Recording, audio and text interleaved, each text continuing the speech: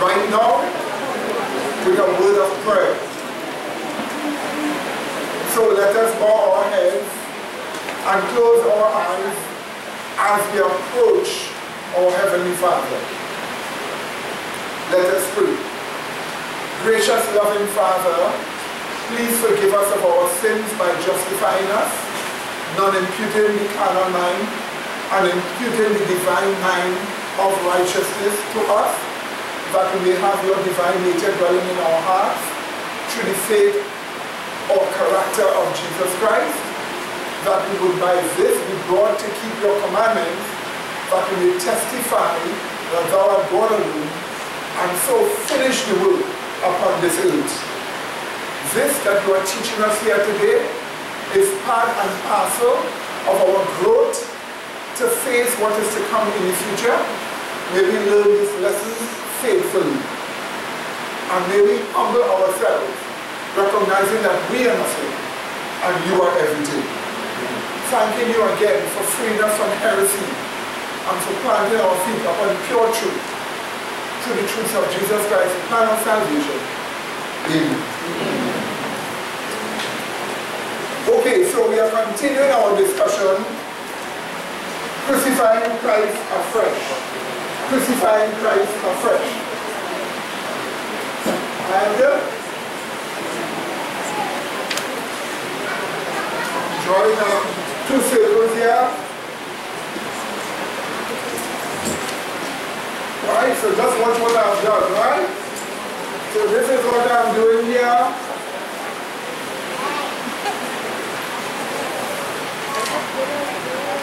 Okay. Alright, I'll mutilate this a bit. Okay? But you see this one playing, can you? Yeah. Right, this one is not so plain in the consciousness. But this one is plain. Is it not so? And for Messiah. Right? So play the Messiah. Okay? No longer the Messiah. Faded view of the Messiah. Okay?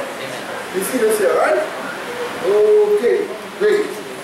So, last week, we had a discussion on President Trump declaring Jerusalem to be the eternal capital, undivided, of the state of Israel today, and promising, according to his campaign promises, to remove the American embassy from Tel Aviv, a word that means mound of the dead, Tel Mount Aviv dead, and he is going to remove it to Jerusalem.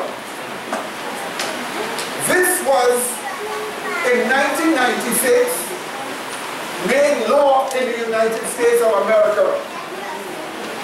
All presidents after that promised to follow the law, but they did not. So when people are saying, oh, look how evil Trump is, look what he's doing. Barack Obama didn't do it. Yet Barack Obama said he would do it. George Bush Jr. didn't do it. Yet George Bush Jr. said he would do it. Bill Clinton didn't do it. Yet Bill Clinton said he would do it. So they are all guilty as far as we are concerned. What do you say?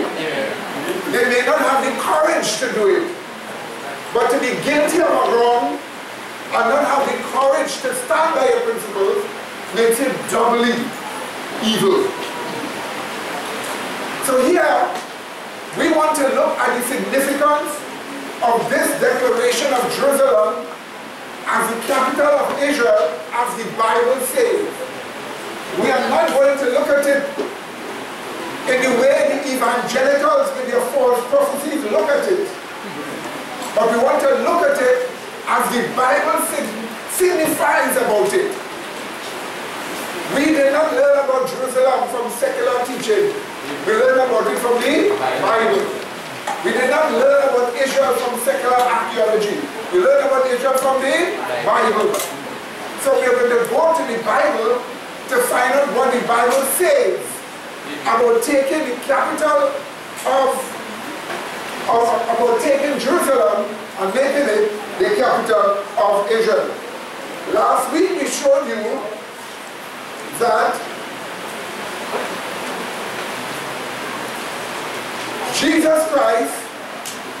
the Jews that the temple would be destroyed. He told them that their temple would be destroyed. Look at Luke. Let's find Luke 21 to look at another reason Jesus gave for the temple being destroyed. Find Luke 21. And we will look at verse 5.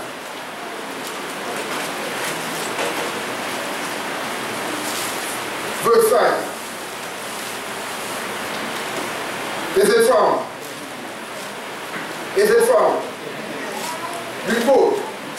And as some spake of the temple, how it was adorned with goodly stones and gifts, he said, as for these things which ye behold, the days will come in the which there shall not be left one stone upon another, that shall not be what? That shall not be what? Thrown down. Did you see that, my dear brethren? In other words, Jesus is telling the disciples, why are you glorifying this building for? All the beautiful gold and silver and precious stones that adorn this building, not one stone will be left standing that shall not be what? Thrown down. Jesus prophesied of this. Now, if Jesus prophesied of this, and that prophecy came to pass, what does that make Jesus? A true prophet. A true prophet. But even more than that, everything Jesus prophesied literally came to pass. Is that understood, my dear friend? Let's look a little lower down now. Verse 20. Verse 20. And when ye shall see Jerusalem compassed with armies, then know that desolation thereof is near. Then let them which be in Judea flee to the mountains. Let them which are in the midst of it depart out, and let not them that are in the countries enter here thereinto. For these be the days of vengeance, that all things which are written may be what? Did we see that, my dear brethren? It says this, but woe unto them that are with child, and to them which give suck in those days, for there shall be great what? Distress in the land, and what? And wrath upon what? This people. What did he just say? Wrath upon what? This people. You see, many people must understand. It is misinformation to give me a impression. The Romans are so evil. The Romans are so corrupt. They interfere with the peaceful Jews and burn their temple down and destroy their city. Christ said there will be wrath upon what? This people. And he said all things will be fulfilled. Jesus is saying the city and the temple will be destroyed because the Jews were at fault. In another scripture, it blames them for the destruction of the city and of the temple, which we will look at later. But notice what Jesus said here. So the temple was totally destroyed. The Romans destroyed the temple.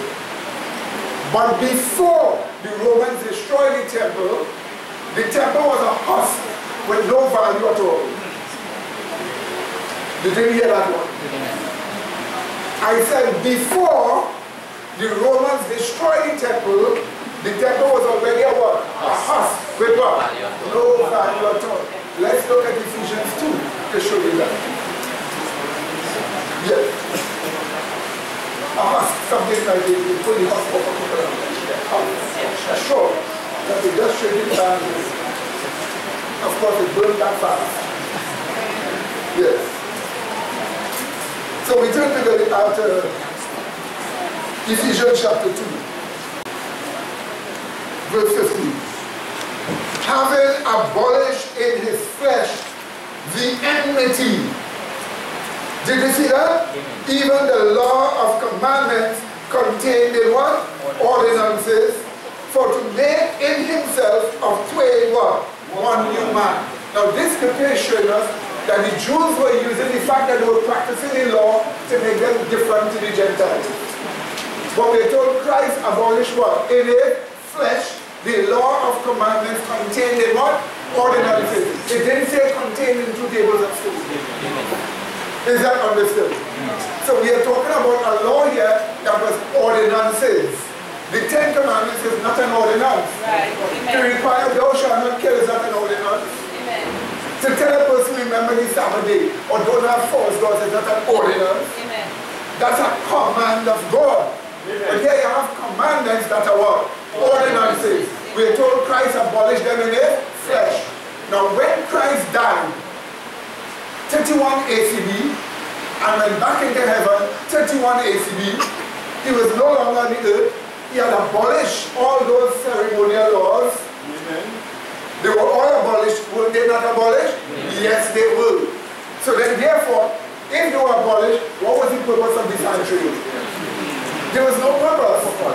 Once you abolish the system that justified the existence of the sanctuary or the temple no longer had a reason to exist. You'll be killing a lamb, but Christ, the Lamb of God, already fulfilled that. So in other words, you're wasting your time. So all the big temples and all the ways that you have in this temple to actually kill this lamb cease to be of value. Because the real Lamb of God came, died, and resurrected. But we must continue to read the text. That's why I answer for questions if you're on the streets or something. Somebody was supposed to quote Matthew 5, verse 17 and say, "Till none of them come to destroy the law." As I'm after totally the same Ephesians. When Jesus Christ says, "Think not I have come to destroy the law or the prophets."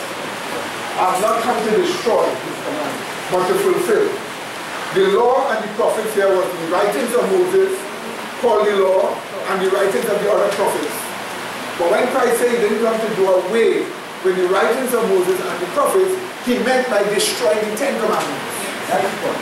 Because the law, the writings of Moses, and the prophets all spoke about obedience to the 10 Commandments. If there is no obedience, what's the sense of writing? If nobody has to obey, what is the sense of those books themselves? They all are against it. And that's why if somebody wants to create a philosophy out of all the Bible, the major philosophy is they are anti-sin. Did you hear that? They are what? Anti-sin. Yes, my dear brother. When it says the law and the prophets, the phrase the law was used for the 5 books of Moses. And then the other prophets' writings you have. But the reason why the 5 books of Moses was called the law, because they all exalted the law. So that's why it was called the law and the prophets. So Christ didn't come to destroy that. Right? So that is different. Now this one is saying the commandments contained in ordinances. That's not the law of the 10 Commandments. Right? Remember again in Deuteronomy 5:22. He wrote 10 Commandments and he added what? Oh. So those other laws are not additions to the what? 10 Commandments, but aims to help us keep the what? 10 Commandments. Okay? Until the promise should come. Right. And in fact, you will see something else as we go on. Now watch this again. Let's continue to read.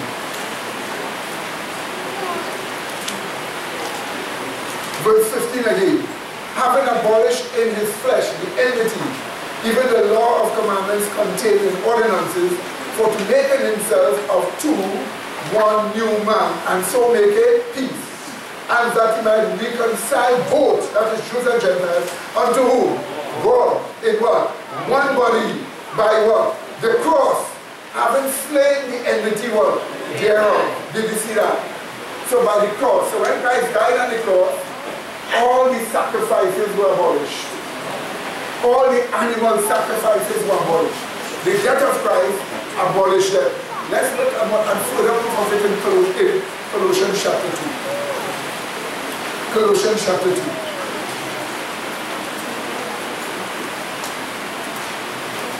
Verse 14. We read.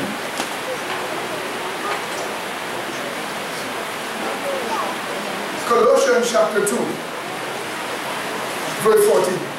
Blotting out the handwriting of ordinances that was against us, which was contrary to us, and took it out of the way. What does it say? Nailed it to his cross.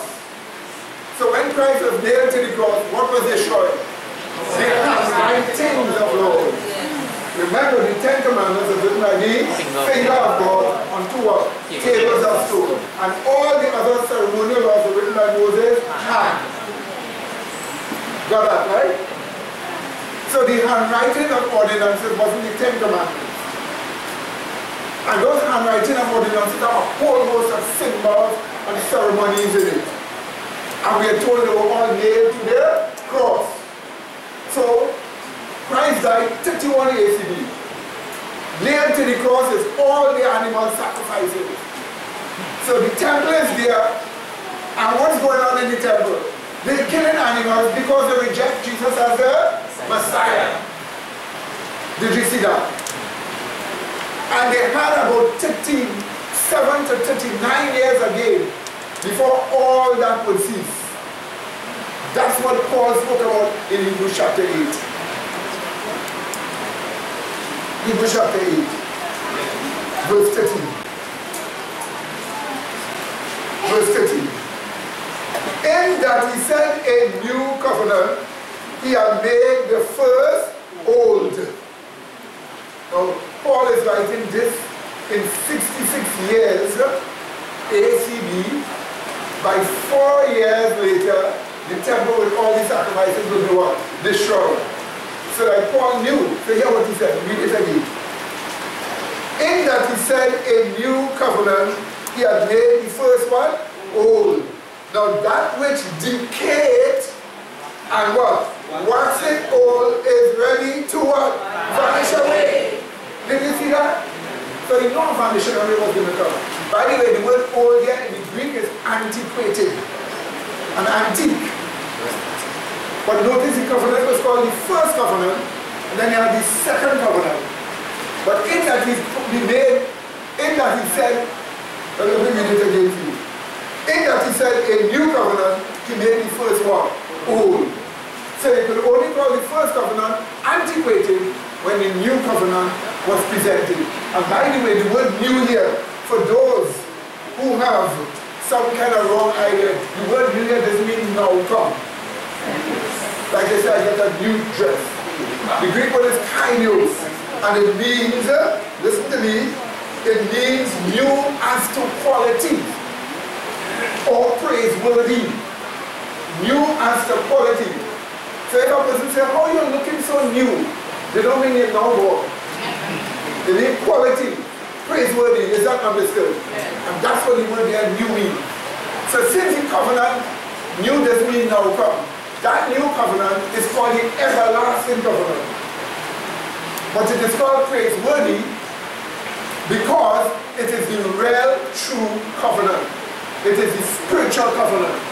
Those of you who get a copy of the book that I wrote there, the issue of the covenant, will see you have the symbolic covenant and the what? Spiritual covenant. The spiritual covenant is called the what? Everlasting covenant. It was existing alongside the spiritual, and the symbolic covenant was existing alongside each other. So when Christ abolished what? The symbol, the spiritual is presented as what? New, qualitative. Amen, brother? Amen? Praiseworthy. Emphatic. Right? So we see here again. Yes, my dear brother. I like the word restated. Amen. Restated also. That's right. That's also okay. Amen. Amen.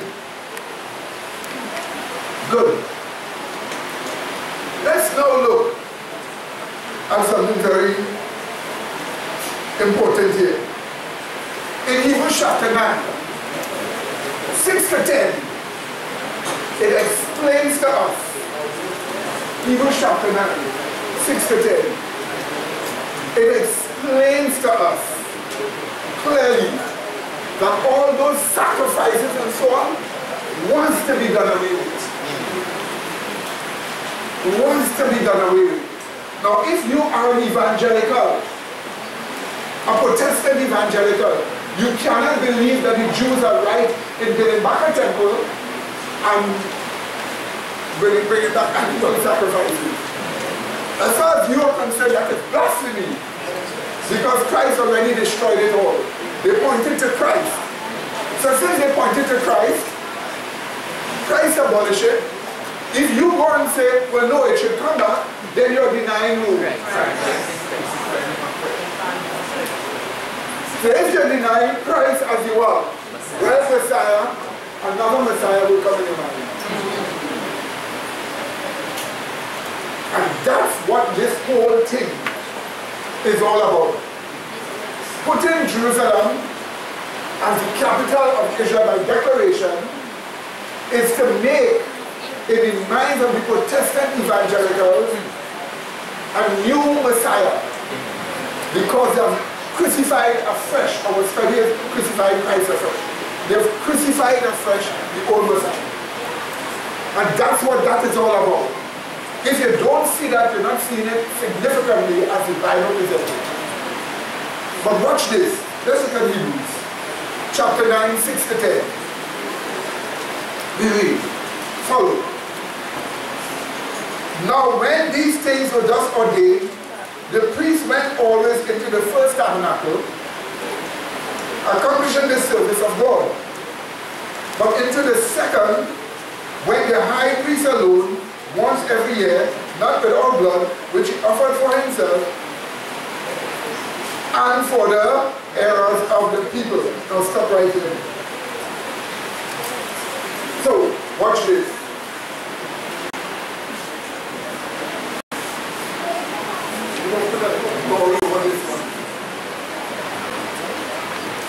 This one is in heaven, and this one is where?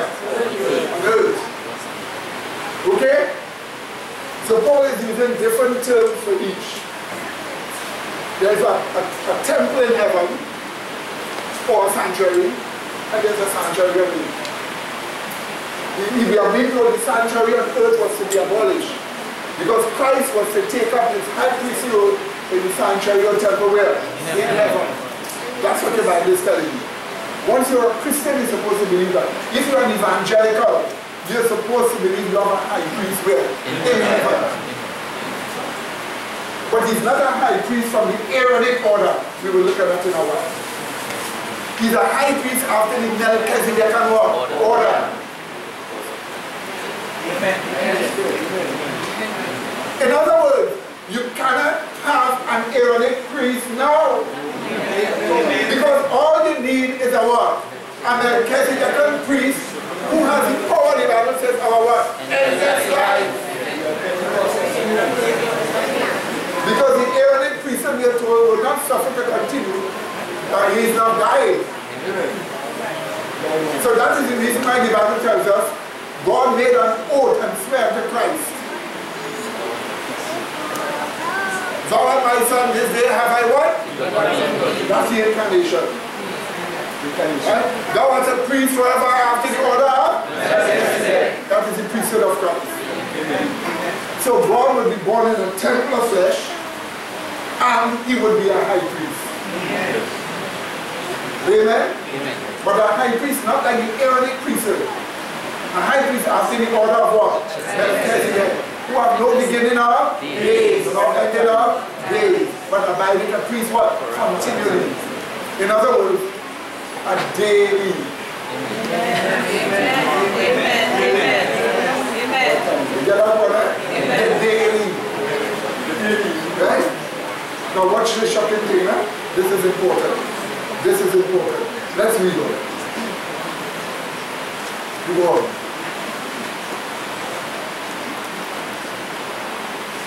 The Holy Ghost, verse 8.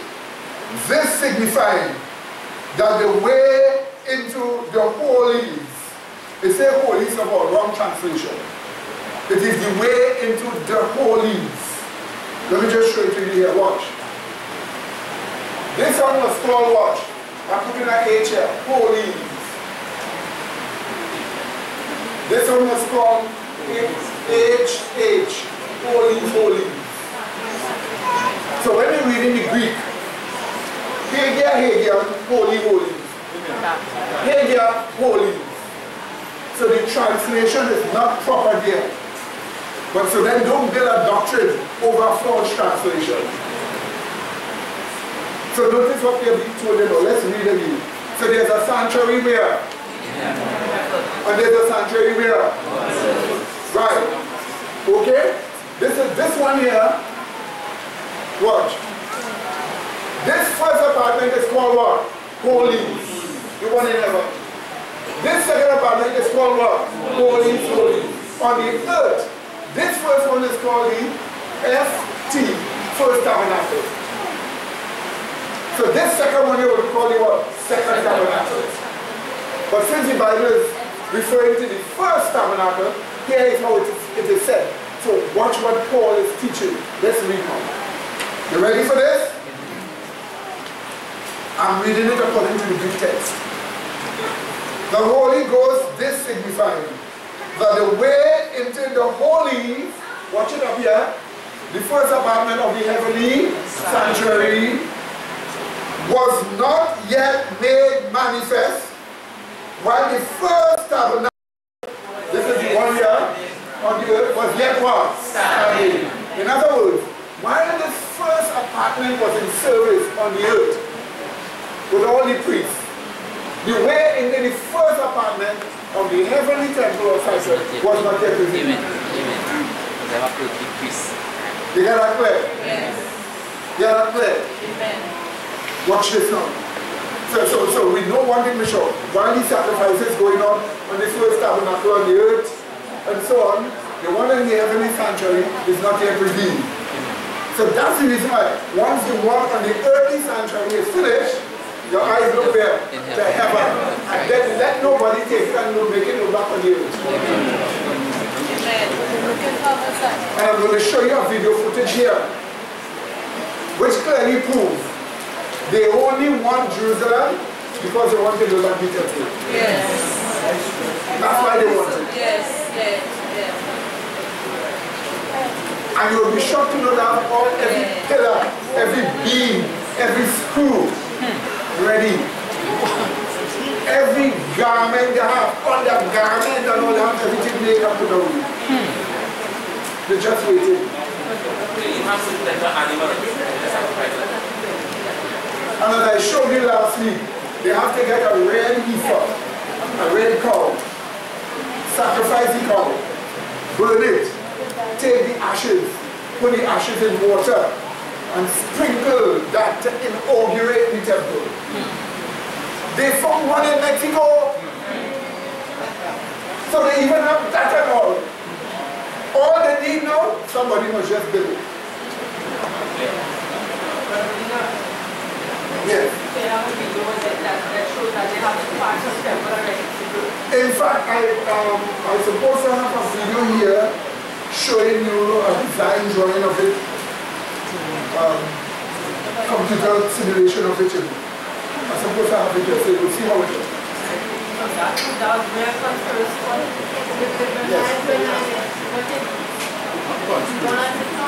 Yes, the one that is to come.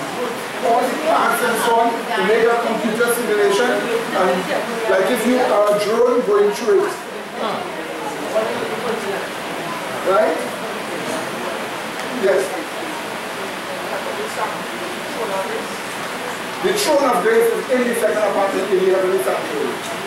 And that's the reason why the Bible says that's what you're supposed to do. Watch me. Look up by faith.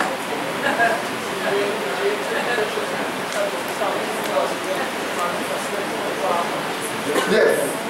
While the first tabernacle was yet in service. In other words, they were looking at the symbol of the tree when this was in service. When the symbol was done away with, look in heaven. Get that, right?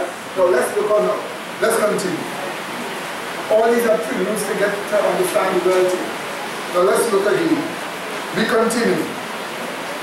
I read verse 8 again. The Holy Ghost, this signifying that the way into the holy, the first apartment of the heavenly sanctuary, was not yet made manifest, while the first tabernacle, which is the first apartment of the earthly temple, was yet what? Standing. Which was a figure for the time then present. Then is not the Greek word. The word then is not in the Greek. The word the is in the Greek. So let's read it according to the Greek now. Which a figure was not in the original either. Which a figure for the time, the present. Watch this. Watch. Watch. Watch. The first apartment of the heavenly sanctuary, the holy, right, was not yet made manifest. While the first tabernacle, the one on earth, was yet in service.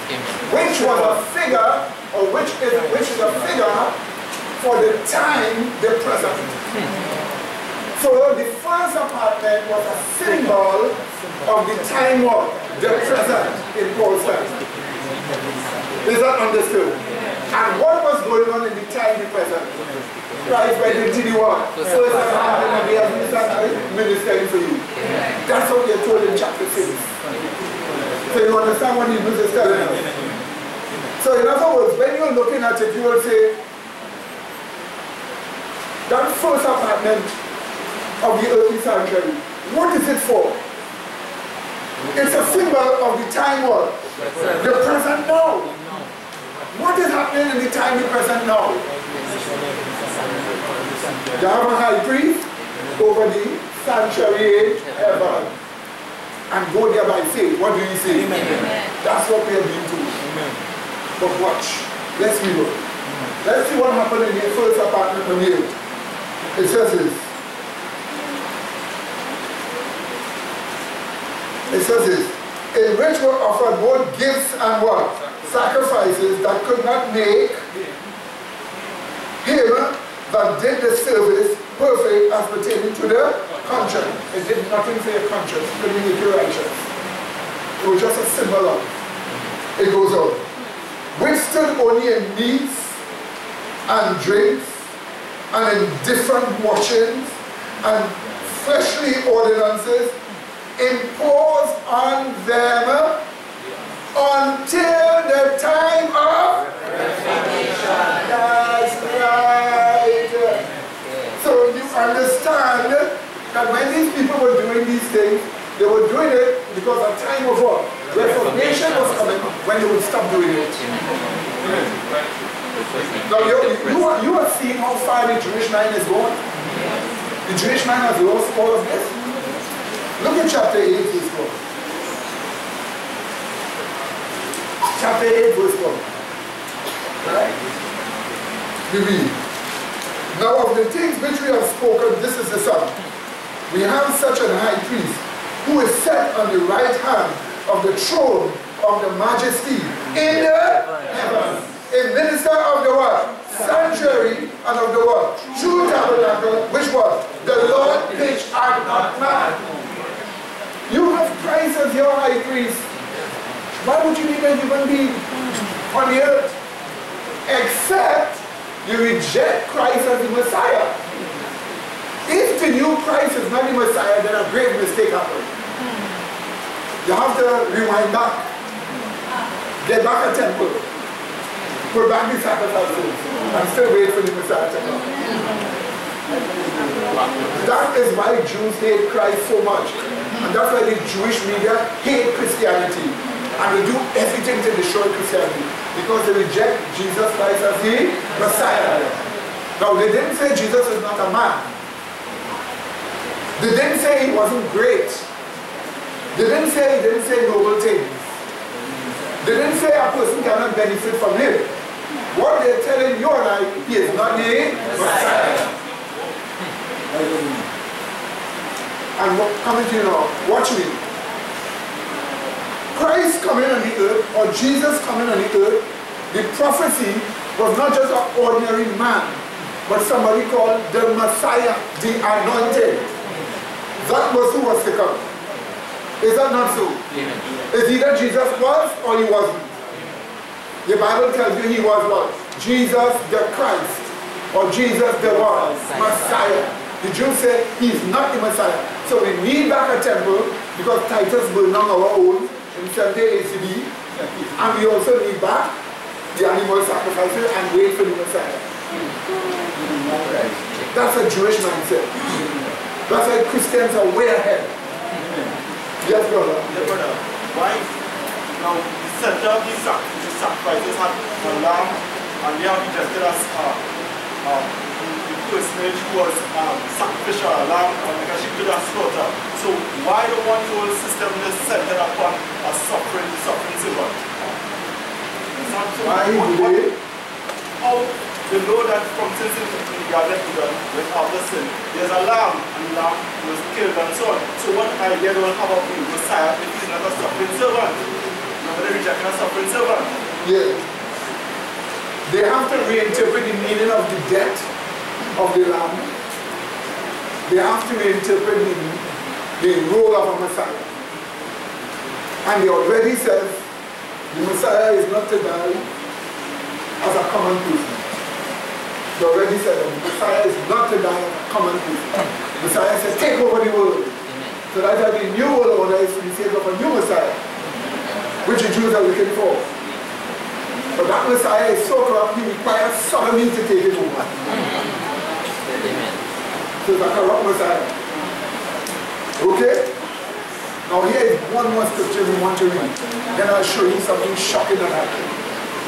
One more scripture. Let's go to chapter 10.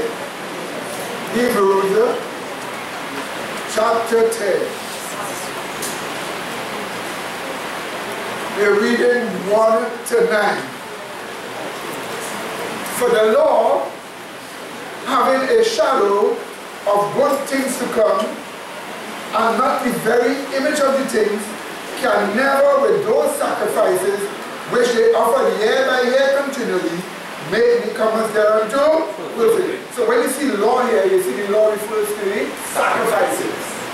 So those are the ceremonial laws. The ordinances. That's right. Beautiful. You see it, right? Beautiful. For then, would they not have ceased to be offered? Because the worshippers once purged should have had no more conscience of sins. But in those sacrifices, there is a remembrance again made of sins every year. Why? For it is not possible that the blood of bulls and goats should what? Take away sins. Now here is a prophecy of Jesus. Wherefore, when he coming into the world, he said, sacrifice and offering thou wouldest not, but a body hast thou prepared me. In burnt offering and sacrifices for sin, thou must have no pleasure. Then why must he be instituted in a third temple for? Thou must have what? No pleasure. Then said I, Lo, I come, in the volume of the book it is written of me, to do thy will. Above, when he said sacrifice and offerings, and burnt offering, and offering for sin, thou wouldest not, neither have pleasure therein, which are offered by the law. So you see the offerings now, right? You see that, right? So some evangelicals is going to say, oh, that's the Ten Commandments. Tell me one on the Ten Commandments say offer sacrifice. No. So the law is the law of what? Sacrifices. Watch this. Which were offered by the law. Verse 9. Then said he, Lo, I come to do thy will, O God. He taketh away the first, that he may establish the second. But verse 10. By the which will we are sanctified through the offering of the body of Jesus Christ once for all.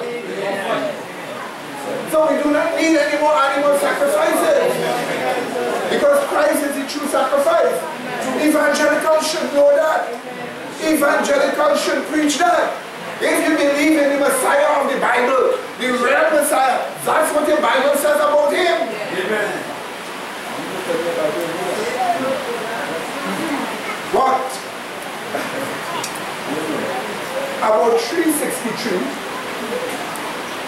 ACD, after Christ's birth, the cousin of Constantine the Great took power in the Roman Empire. And he was a leftist. and left Eden. He tried to destroy everything Christians did. The law in Constantine's empire had stated that teachers should be Christians because they want people to be taught Christianity. Julian the Apostle come and say, no, not at all. Remove that. But then Julian the Apostle, think carefully. If we want to destroy Christians, Christians are saying that Jesus Christ came, he was a true sacrifice, so the temple was destroyed. So if we could get a temple built up and sacrifices stand up, we could show the Christians all over the world and back, you were wrong. So he called the leading Jews together and tell them, let's build back the temple. 363 ACD. The next thing that happened was shocking. Solomon's temple was created around 900 BC, lasted about 400 years, was destroyed by Nebuchadnezzar, and 70 years later the second temple was rebuilt. Now there were two main reasons for the temple. The first reason was for the altar upon which to sacrifice animals for the atonement of sin. Originally, before Solomon's temple, there was a tabernacle, which was a tent which housed the Ark of the Covenant. The Bible does not mention when precisely the Ark of the Covenant was taken out of Israel. The second temple was built 70 years after Solomon's temple was destroyed. The reason for this was because Israel was worshiping false gods, breaking the laws, the Ten Commandments. It was really infuriating God. So all the northern tribes of Israel in the northern kingdom were banished. They got invaded. Then within a century or two, the other kingdoms were invaded and Solomon's temple was destroyed. Most of the Israelites were taken into captivity. 70 years later, the temple was rebuilt, around 520 BC. The second temple lasted until 70 AD, when it was destroyed by the Romans, the Roman Empire Titus.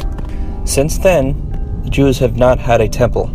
Now, according to the Jews, the Jewish prophecy, they're waiting to rebuild one temple. The temple that was destroyed by the Romans in 70 AD. Christ prophesied the temple would be destroyed.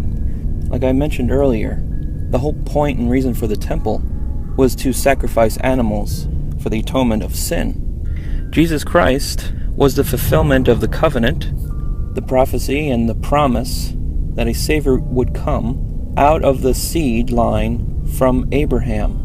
The Israelite religion of the Old Testament was an incomplete covenant. It hadn't been fulfilled yet. There's a lot of Christians out there that claim that God and the Jews still have a covenant. God and Abraham had a covenant. God promised that his seed would father a great nation. That was Israel. Moses was given the law, commandments, and Christ is that law incarnate. Covenant fulfilled, prophecy fulfilled. So when Jesus came, there's no longer a need to continue in the old practice of the Israelite religion. What happened, most of the Israelites rejected Jesus. The ones that accepted Jesus became known as Christ followers or Christians. This is when Judaism transforms itself. Before Christ came, they were known as Judeans from the tribe of Judah. But after they rejected their Messiah, the whole term Jew takes on a new meaning. And now Christians take on the definition of God's chosen, and the word Jew takes on the meaning of Christ rejecter because of the denial of the law incarnate. So Christ is crucified around 33 AD. Not too soon after, the Second Temple is destroyed by the Romans. Emperor Titus burns it to the ground. So now the Jews no longer have a religion. First of all, there's no temple, there's no altar, can't perform any sacrifices. The priesthood just ceased to exist because they don't have anything to do. In fact, there's no longer a need to have a temple. Christ came. He was the sacrifice. Could you imagine trying to explain to God that you want to atone for your sin by sacrificing an animal because Jesus Christ wasn't good enough? You'd rather use a goat or a sheep or a lamb? Today, the Jews want to rebuild the temple again, a third one. The only problem is, there's a Muslim dome that was built right in the place where Solomon's temple was. Think about it for a second. Why is that temple so important to them? Why does it have to be built exactly right at that spot? It's not a very well-known historical event, but in 363 AD, Julian the Apostate, who was a nephew of Constantine, the Roman emperor who made Christianity a recognized state religion. Julian the Apostate, being baptized and raised Christian, actually hated the religion. He hated Christians. He hated the fact that Rome was no longer pagan. He wanted to bring it back to its roots. The restoration of the Jewish temple in Jerusalem would, in Julian's opinion, defeat the Christian argument of replacement theology that the church was the true Israel and that the temple's destruction and the subsequent exile was the just punishment offered by the Jewish people for the crucifixion. So he put this idea into a plan. He met with the chief head Jews, told them about the idea, which they were very excited about, put together all the money, the workers, the building materials, everything he would need to get the project started. Here's where the story gets interesting. The moment the workers start to dig in the foundation and start laying some bricks, just so happens to be an earthquake that rips through Galilee. The historical accounts indicate that the earth ripped open, fire came shooting out of the ground, killing, swallowing the workers, burning them, shaking the ground like a scene out of an apocalyptic disaster movie or a Steven Spielberg film. And this wasn't just a little earthquake. This was accompanied by winds, by clouds, lightning. So they began to dig a new foundation, in which work many thousands were employed. But what they had thrown up in a day was, by repeated earthquakes, the night followed, cast back again into the trench.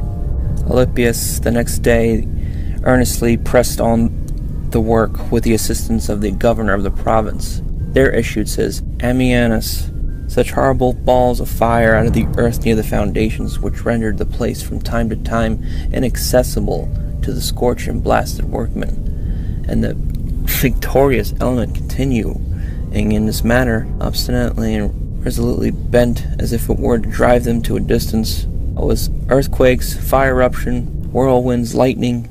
This judgment of the Almighty was ushered in by storms and whirlwinds, by which prodigious heaps of lime and sand and other loose materials were carried away.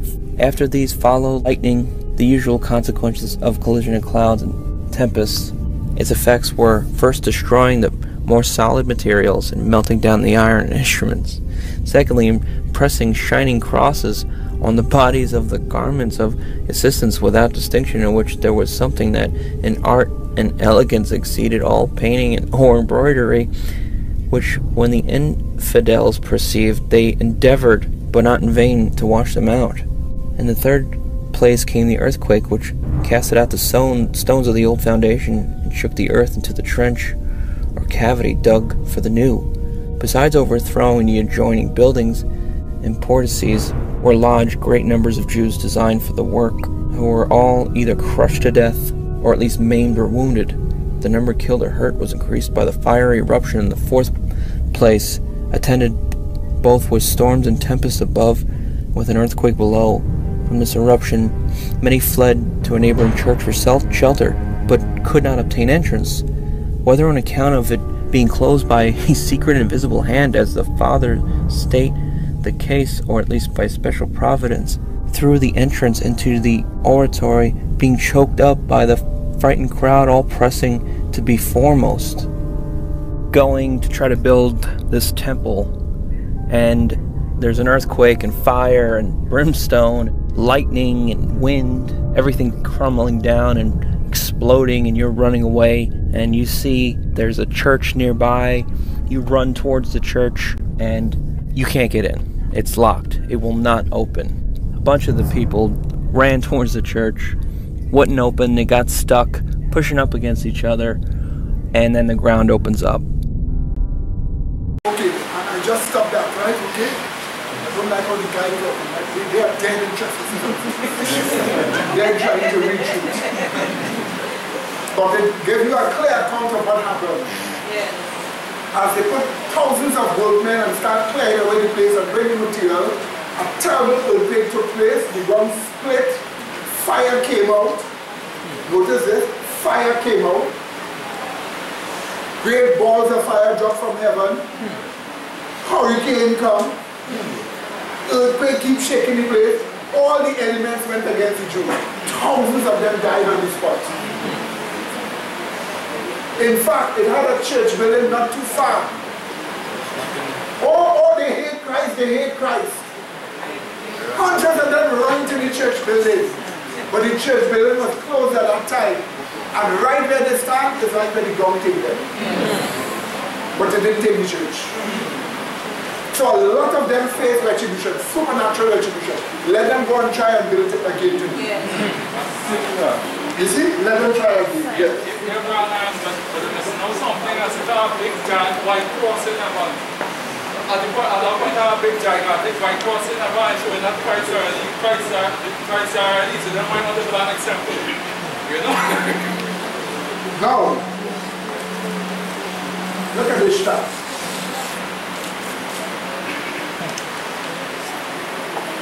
The notion that Jews are God's covenant people, listen to this carefully, the notion that Jews are God's covenant people, although they rejected and crucified Jesus Christ and never accepted him, is a Talmudic teaching that came through Illuminism into Darby's dispensationalism, I will explain, and into apostate Protestant evangelical, and then into American politics. Watch the pattern.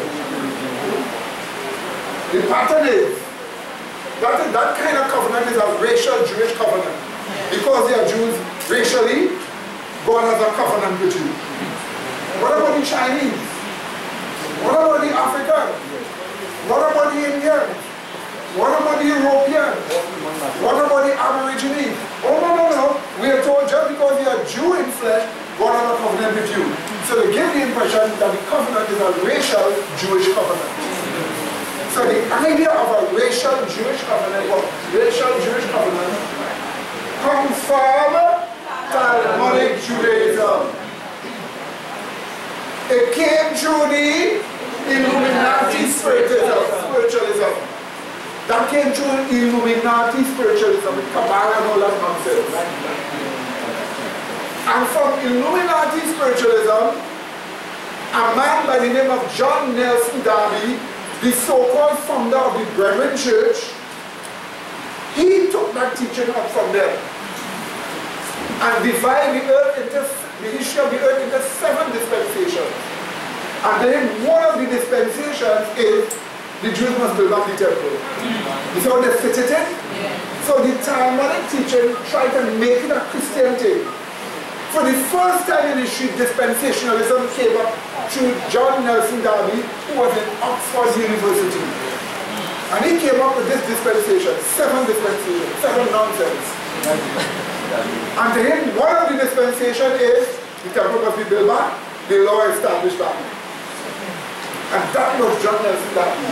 It was John Nelson Darby's dispensationalism that was written in Cyrus Inglefield Schofield's Bible.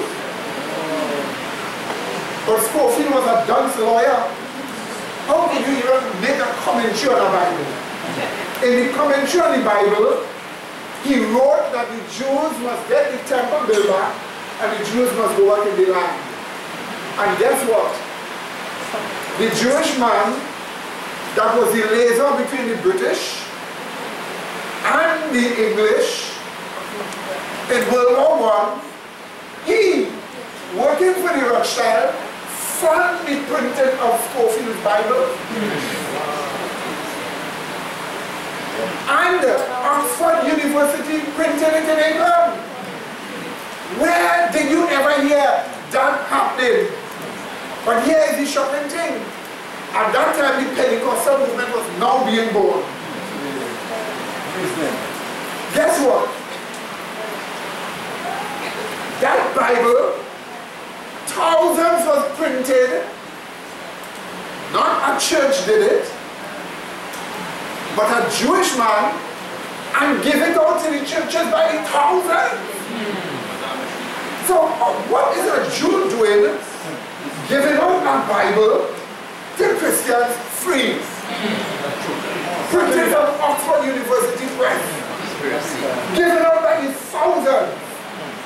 And it was from Oxford Schofield's Bible that the Pentecostal movement arose teaching those teachings.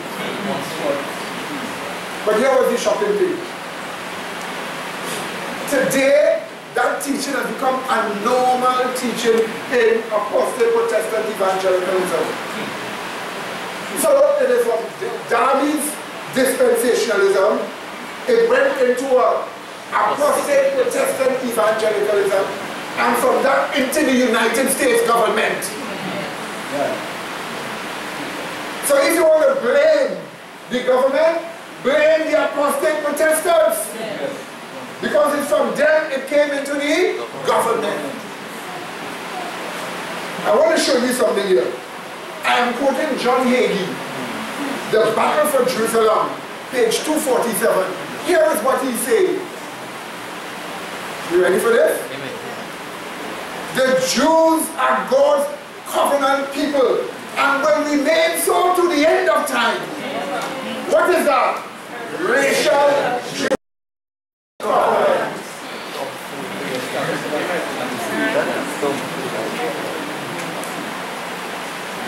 Did you hear him? Page 248 now. Hear him. With all our might, we must resist. He's talking about Christians. With all our might, we must resist any effort to partition the holy city. Excuse me, what do you have to do with that? He goes on. Let our resolve be felt in the halls of Congress.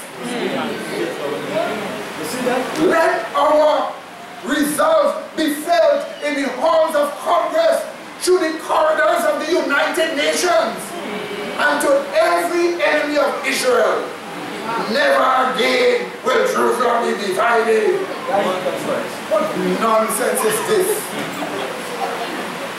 Why are you interested in Jerusalem not being divided? Why are you intent on enforcing it through a government? But wait. Randall Price. Yes.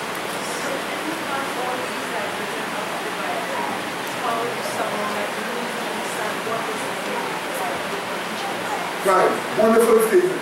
So since if you have all those different versions of the Bible, how would a person know which one is the right one? It is not you and I that bring ourselves to the truth in the first place. When he is the Spirit of truth, he will guide you into all truth. God says, I will bring you. So when God brings you, he will lead you to find out which is the right translation of the Bible. Like how he led me. For that reason, there are about 80 different versions. We've got Greek, Hebrew, everything coming right down. So how would you know? You see, all quote and unquote holy books have that problem. There are about 12 different versions of the Quran. Some of them have more verses, some of them have less verses. Some of them, Usman and the others, destroy the whole set and try to push one set on us. There are different versions of the Hebrew scripture, plenty different. I have 5 different Bhagavad Gita, 5 different versions of the Gita, just to show you. So they all have it, but when it comes to the Bible, it's not a problem. Once you are willing to do God's will, quote, if any man will do his will, he will know the doctrine. But then all religion, what is the religion that think that their religion or their faith, they're practicing the correct thing? What is it? Let us say all. Christian, it means like if they are thinking for each. What about the individual? You see, you are not saved in groups, you are saved as individuals. So the point is, when God speaks to you, what will he tell you? What will he show you? You remember, I was just a person in the world. I didn't know. What did he tell you? When he tells you the truth for you, you don't study Bible. As far as you're concerned, the truth is everything for you. So remember, you're saved as individual. Then lo and behold, eventually as you're growing into, you come to understand which is the best translation. You're part of which to study and to learn as well. So. But you'll only become part of a Christian group when you first become a Christian individual. In other words, you're not just a Christian generally. When you truly become converted, then you become part of a group. Because the Bible says, his spirit bearing witness with our spirit that we are the children of God. So you will know who is a true Christian and who is not. And then they will fellowship together with them. So that's where the group comes. But when you're fellowshipping together, you will understand which is the true version of the Bible. And for all of us, the best version, with the original Greek and Hebrew, is the King James. But not all translation everywhere is correct in any book whatsoever. The good thing about the King James, they don't try to hide the meaning of the Greek. But they do that in the Quran. Because the Quran actually has the word Trinity in it. Yes. But they cover it up. And many other things. So in this case, you have there, they themselves literally cover the translation calling it Takia. So the point about it is, the good thing about it is as it is. And as you learn, you will find out even better how to fix some of the books. I almost made a translation in it. In fact, I have a Greek textbook and I already started translating in the English and the English, and I just stop and say, what is that going to think about? Then I say, Medina's version. I actually have the Greek text and the actual words translated on the part of it. I started with that. So what I'm saying right here, then you will understand what is the truth. I stand here to you today as a person who is not wasting my own time and would not waste your time to mislead you. I am not standing here for me. If I want recognition, this is not eating for recognition, it is eating for rejection from people. That's your presentation. I do this because when you become converted, you get a kind of a, I don't want to make it sound sentimental, but a principled love for people. And you feel sorry for them. And when you look with that understanding, you just don't want to let them down with regards to the truth. You want to help them and you want to make sure they're regularly in the truth. And you want to make sure they progress. You want to see the spiritual change and the beauty it makes them into, and the maturity and moral, the patience and the self-denial in helping others. But you have to take this understanding and hate. That is what it means to carry the Messiah image.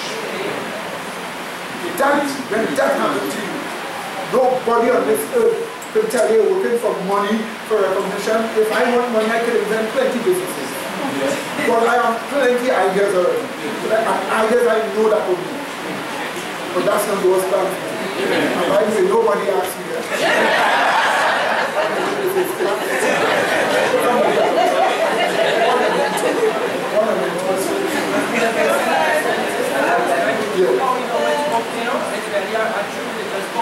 And if you touched it, and if the book, the religious book, if it is the truth, it must always have a high standard of morality.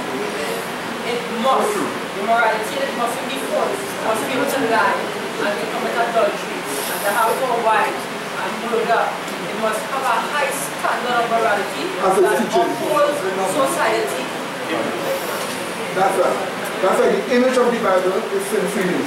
Yes, in regards to the same question, the Bible itself gives us some measure and rod to know how to determine that which is true. It says to the law and to the testimony. If they speak not according to this word, it is because there is no light in them. And that law there is the law of God, 10 commandments, that no nation to deny is the truth and it is applicable to all nations. Any nation who comes and tells me the law that says thou shalt not kill is a bad law. I haven't found any nation saying that as yet. But they have religion giving interpretation to deny it, like the evangelical. They will tell you the law is done away. But they themselves cannot exist without that law. Because if the law is done away, then people kill them and nothing. So the law and the testimony is a start the God is a measuring law to say that which is true. That's just a little. Okay, let's proceed. Let's proceed. Watch this now. Let me read one more quotation here from a book by the name of Randall Price. Randall Price is a Protestant evangelical scholar. He wrote a very thick book, The Coming Last Days Temple. So I'm reading from the front of the book, page 237. That should show you how big it is. Fine detail, scholarship. Here's what he said, I quote. These verses, now here's what they're doing. They're taking verses of things that happened already in the past. Remember, the temple was first destroyed by the Babylonians. And then it was rebuilt by Zerubbabel and Cyrus and the others. They are taking scriptures that already happened and they put it to the future. And then say it will happen in the future. That's what they have done. Here is the author speaking. These verses indicate that the Lord's sanctuary must be prepared for his coming reign in righteousness.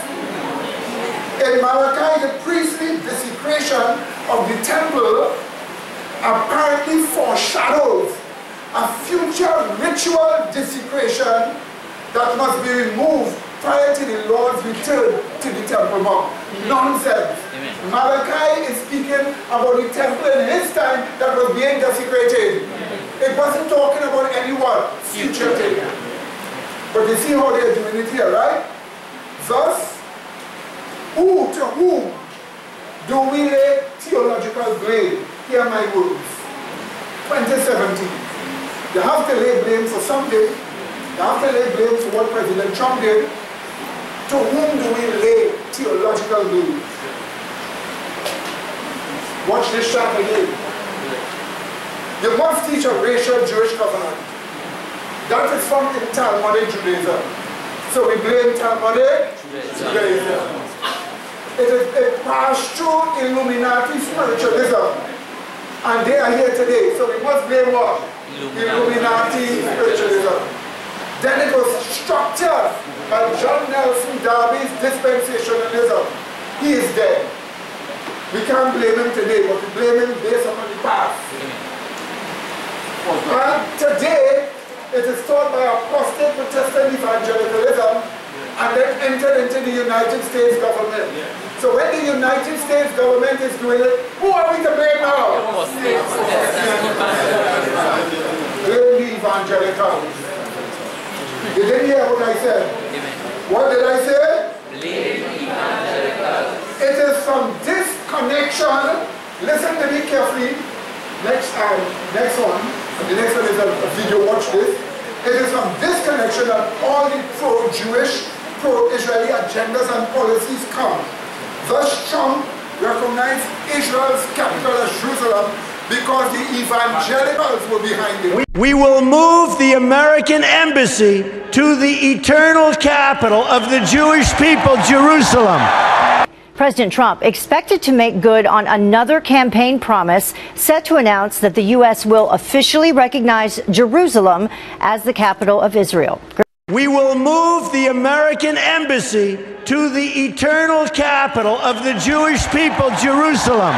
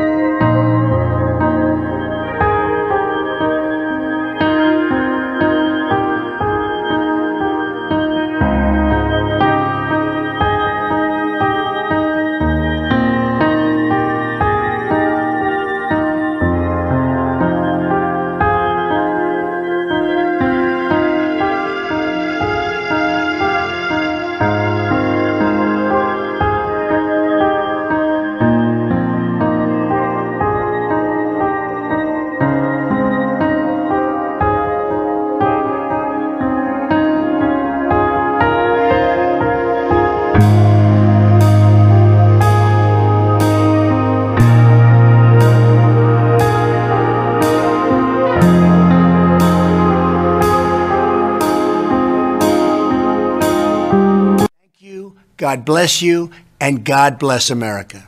Look at the world's challenges with open eyes and very fresh thinking. We cannot solve our problems by making the same failed assumptions and repeating the same failed strategies of the past. Old challenges demand new approaches. My announcement today marks the beginning of a new approach to conflict between Israel and the Palestinians. In 1995, Congress adopted the Jerusalem Embassy Act, urging the federal government to relocate the American embassy to Jerusalem and to recognize that that city, and so importantly, is Israel's capital. This act passed Congress by an overwhelming bipartisan majority and was reaffirmed by a unanimous vote of the Senate only 6 months ago. Yet for over 20 years, every previous American president has exercised the law's waiver, refusing to move the U.S. Embassy to Jerusalem or to recognize Jerusalem as Israel's capital city. Presidents issued these waivers under the belief that delaying the recognition of Jerusalem would advance the cause of peace. Some say they lacked courage, but they made their best judgment based on facts as they understood them at the time. Nevertheless, the record is in.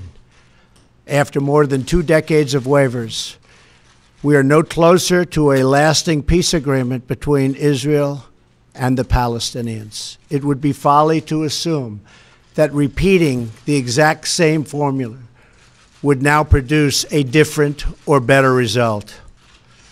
Therefore, I have determined that it is time to officially recognize Jerusalem as the capital of Israel. While previous presidents have made this a major campaign promise, they failed to deliver. Today, I am delivering. I've judged this course of action to be in the best interests of the United States of America and the pursuit of peace between Israel and the Palestinians. This is a long overdue step to advance the peace process and to work towards a lasting agreement. Israel is a sovereign nation with the right, like every other sovereign nation, to determine its own capital. Acknowledging this is a fact is a necessary condition for achieving peace. It was 70 years ago that the United States, under President Truman, recognized the State of Israel. Ever since then, Israel has made its capital in the city of Jerusalem, the capital the Jewish people established in ancient times. Today, Jerusalem is the seat of the modern Israeli government. It is the home of the Israeli parliament, the Knesset, as well as the Israeli Supreme Court. It is the location of the official residence of the Prime Minister and the President. It is the headquarters of many government ministries. For decades, visiting American presidents, secretaries of state, and military leaders have met their Israeli counterparts in Jerusalem, as I did on my trip to Israel earlier this year.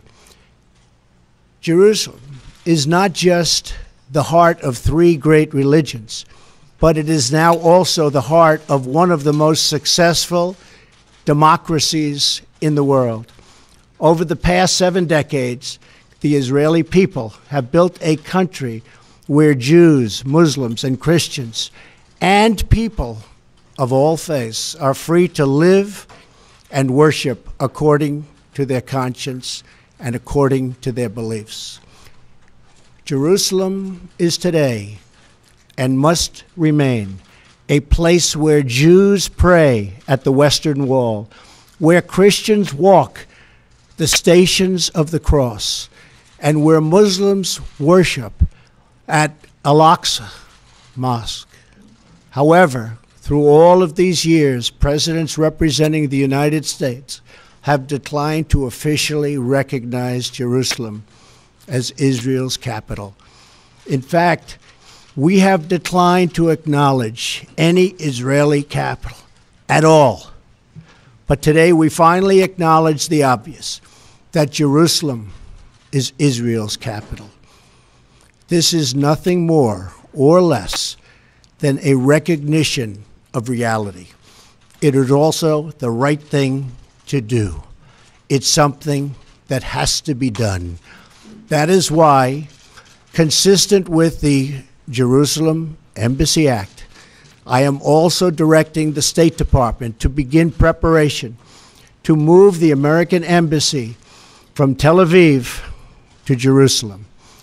This will immediately begin the process of hiring architects, engineers, and planners so that a new embassy, when completed, will be a magnificent tribute to peace. In making these announcements, I also want to make one point very clear. This decision is not intended in any way to reflect a departure from our strong commitment to facilitate a lasting peace agreement. We want an agreement that is a great deal for the Israelis and a great deal for the Palestinians. We are not taking a position of any final status issues, including the specific boundaries of the Israeli sovereignty in Jerusalem or the resolution of contested borders. Those questions are up to the parties involved. The United States remains deeply committed to helping facilitate a peace agreement that is acceptable to both sides. Let's now look at another video here. This video will show you the Israeli Prime Minister react to the news, and the Pope react to the news too. This is a historic day. Jerusalem has been the capital of the Jewish people for 3,000 years. It's been the capital of Israel for nearly 70 years. It was here that our temple stood, our kings ruled, our prophets preached. Jerusalem has been the focus of our hopes, our dreams, our prayers for 3 millennia. From every corner of the earth, our people yearn to return to Jerusalem, to touch its golden stones, to walk its hallowed streets. So it's rare to be able to speak of new and genuine milestones in the glorious history of this city. Yet today's pronouncement by President Trump is such an occasion. We're profoundly grateful for the President for his courageous and just decision to recognize Jerusalem as the capital of Israel and to prepare for the opening of the U.S. Embassy here. This decision reflects the President's commitment to an ancient but enduring truth, to fulfilling his promises, and to advancing peace. The President's decision is an important step towards peace, for there is no peace that doesn't include Jerusalem as the capital of the State of Israel. I call on all countries that seek peace to join the United States in recognizing Jerusalem as Israel's capital and to move their embassies here. I share President Trump's commitment to advancing peace between Israel and all of our neighbors, including the Palestinians. This has been our goal from Israel's first day, and we will continue to work with the President and his team to make that dream of peace come true. I also want to make clear, there will be no change whatsoever to the status quo at the holy sites. Israel will always ensure freedom of worship for Jews, Christians, and Muslims alike. President Trump, thank you for today's historic decision to recognize Jerusalem as Israel's capital. The Jewish people and the Jewish state will be forever grateful. Just want to show you something along the way. You see the flag, right? Yes. See the 6-pointed star, right? Many people do not know that this star was given by the Rothschild to be the emblem of the Israeli flag. A country by flag shows what it believes in. Years later, archaeologists were digging in Israel and they came upon an old temple, a temple of Ashtoreth, and they found this sign. Yes. Literally the 6-pointed star. That is a symbol of goddess worship of the same Ashtoreth and Baal. So God by the flag is showing you, this is not my nation. This is an apostate nation. That's what the flag is showing. Let's go. Pope slams President Trump for recognizing Jerusalem as capital of Israel. Outrageous. Pope Francis continues to plant himself on the wrong side of history once again. On Wednesday, Red Francis slammed U.S. President Donald Trump for recognizing Jerusalem as the capital of Israel. Francis is worried the Muslims may get violent. He believes appeasement is the best policy. Unreal. Maybe he's worried about his head. Francis obviously needs to spend more time reading his Bible and less time appeasing radical Islam. The Daily Mail reported, Pope Francis has said he cannot silence his deep concern ahead of an announcement by U.S. President Donald Trump in which officials said he will recognize the disputed city as Israel's capital. Trump is due on Wednesday to set in motion the relocation of the U.S. Embassy to the Jerusalem, senior U.S. officials said, upending decades of U.S. policy and risking further violence in the Middle East. In an appeal at the end of his weekly general audience, Francis called for all to honor United Nations resolutions on the city, which is sacred to Jews, Christians, and Muslims.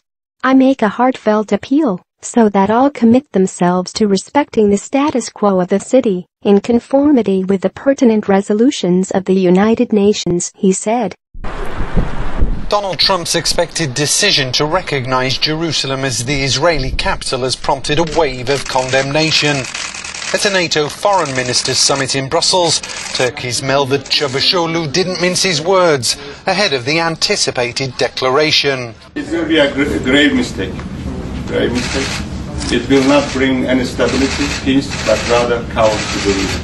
How will the Muslim world respond? Not only Muslim world, but I think the whole world is reacting. And the whole world is against this possible decision. The EU and other key allies, including France and Britain, have also voiced their concerns. We view the reports that we've heard with concern because we think that Jerusalem obviously should be part of the final settlement between the Israelis and the Palestinians, a negotiated settlement that we want to see, and we have no plans ourselves to move our embassy. But reaction hasn't only been political. The Pope also expressed his profound concern. In his weekly address, he called for Jerusalem's current status to be respected. I cannot hide my deep concern about the situation that's developed in the last days. And in the meantime, I make an urgent appeal to everybody to respect the status quo of the city. Amid fears of unrest over Trump's expected announcement, US government employees working at the American consulate in Jerusalem have been told to avoid the old city. While he's coming here to the next clip, I want to show you. While he's coming to the next clip, I want to show you all something. I would literally show you a video where Rothschild literally bought up the land of Israel before with millions. Since the late 1800s, they were buying up land. And they bought the land literally. So as far as they're concerned, it's theirs. And you will hear Rothschild himself saying that. So you will actually see Rothschild himself saying, we buy it, it's our own. Okay, so let's go to this clip here. It's 67 words long, it's 100 years old, and it changed the course of history for the Middle East and the Jewish people. The Balfour Declaration, the expression of the British government's support for a Jewish home in Palestine, was sent by British Foreign Secretary Arthur Balfour to the second Lord Rothschild. I'm here in Buckinghamshire at Waddesdon Manor to speak with the fourth Lord Rothschild about the Balfour Declaration, what it means for Britain, for the Jewish people and the Rothschild family. The Foreign Office, November the 2nd, 1917. Dear Lord Rothschild, I have much pleasure in conveying to you, on behalf of His Majesty's Government, the following declaration of sympathy with Jewish Zionist aspirations, which has been submitted to and approved by the Cabinet. So it's possibly the most famous letter in modern Jewish history, and it begins with 3 words: Dear Lord Rothschild. Why was it that this letter was sent by the Foreign Secretary to your great-uncle Walter? It's an interesting question because he was really interested in ornithology, although he became interested in Zionism. I think the reason was this, that it was primarily a movement from Eastern Europe, but they didn't clarify who was in charge of that movement. And in addition, it was after all in Great Britain. So they felt that the Rothschild family should be the one to whom it was addressed. And Walter was Lord Rothschild, and he was a Zionist. And those really are the background reasons. So Walter received the Balfour Declaration, and I have a copy here. And I wonder if I could possibly ask you to read it for us. Yes, indeed. Yeah. I'm going to put on my spectacles to make sure I read it accurately. His Majesty's Government view with favour the establishment of Palestine as a national home for the Jewish people, and will use their best endeavours to facilitate the achievement of this object, it being clearly understood that nothing shall be done which may prejudice the civil and religious rights of existing non-Jewish communities in Palestine, or the rights and political status enjoyed by Jews in any other country. I should be grateful if you would bring this declaration to the knowledge of the Zionist Federation. Yours, Arthur Balfour. And here it is, the Balfour Declaration. What do you feel when you see it here? I genuinely feel it's one of the most extraordinary moments in the history of the Jewish people. If you think it took 3,000 years to get to this, and then you say, how did this miracle happen? It's the most incredible piece of opportunism. I mean, if you think you had an impoverished would-be scientist, Chaim Weizmann, who somehow gets to England, meets a few people, including members of my family, seduces them. He has such great charm and conviction. He gets to Balfour, and he unbelievably persuades Balfour and Lloyd George, the Prime Minister, and most of the ministers, that this idea of the national home for Jews should be allowed to take place. I mean, it's so unlikely. And then he's, starts to fight a difficult battle with the British cabinet, and this letter goes through 5 drafts, as you know. And in the end, it comes out as a rather compromising letter. I mean, the essential point is there for the Jewish community to fasten on to. You have the first bit, which promises a national home rather than the national home, and then you have the bit that nothing that's to be done should in any way harm the Arab community. But you come back to the big point, which is that this is perhaps the greatest event in Jewish life for thousands of years. And it's a miracle that it took place. Lord Rothschild, my family created Israel. By Sean Adatabai. Lord Jacob Rothschild had admitted that his family were crucial in the creation of Israel, and a Times of Israel interview. The 80-year-old Rothschild said in a recent interview that his ancestors helped pave the way for the creation of Israel, forcing the British government to sign the Balfour Declaration in 1917. The Rothschilds are commonly believed to have engineered World War I and waited until 1917 when Britain showed signs of trouble. The Zionist family then promised the British government that they could convince the U.S. to enter the war and ensure Britain's victory over Germany on the basis that the British government handed control of Palestine to the Zionists. Thus the Balfour Declaration was created, which is an official letter from the British government Foreign Secretary James Balfour to Baron Rothschild.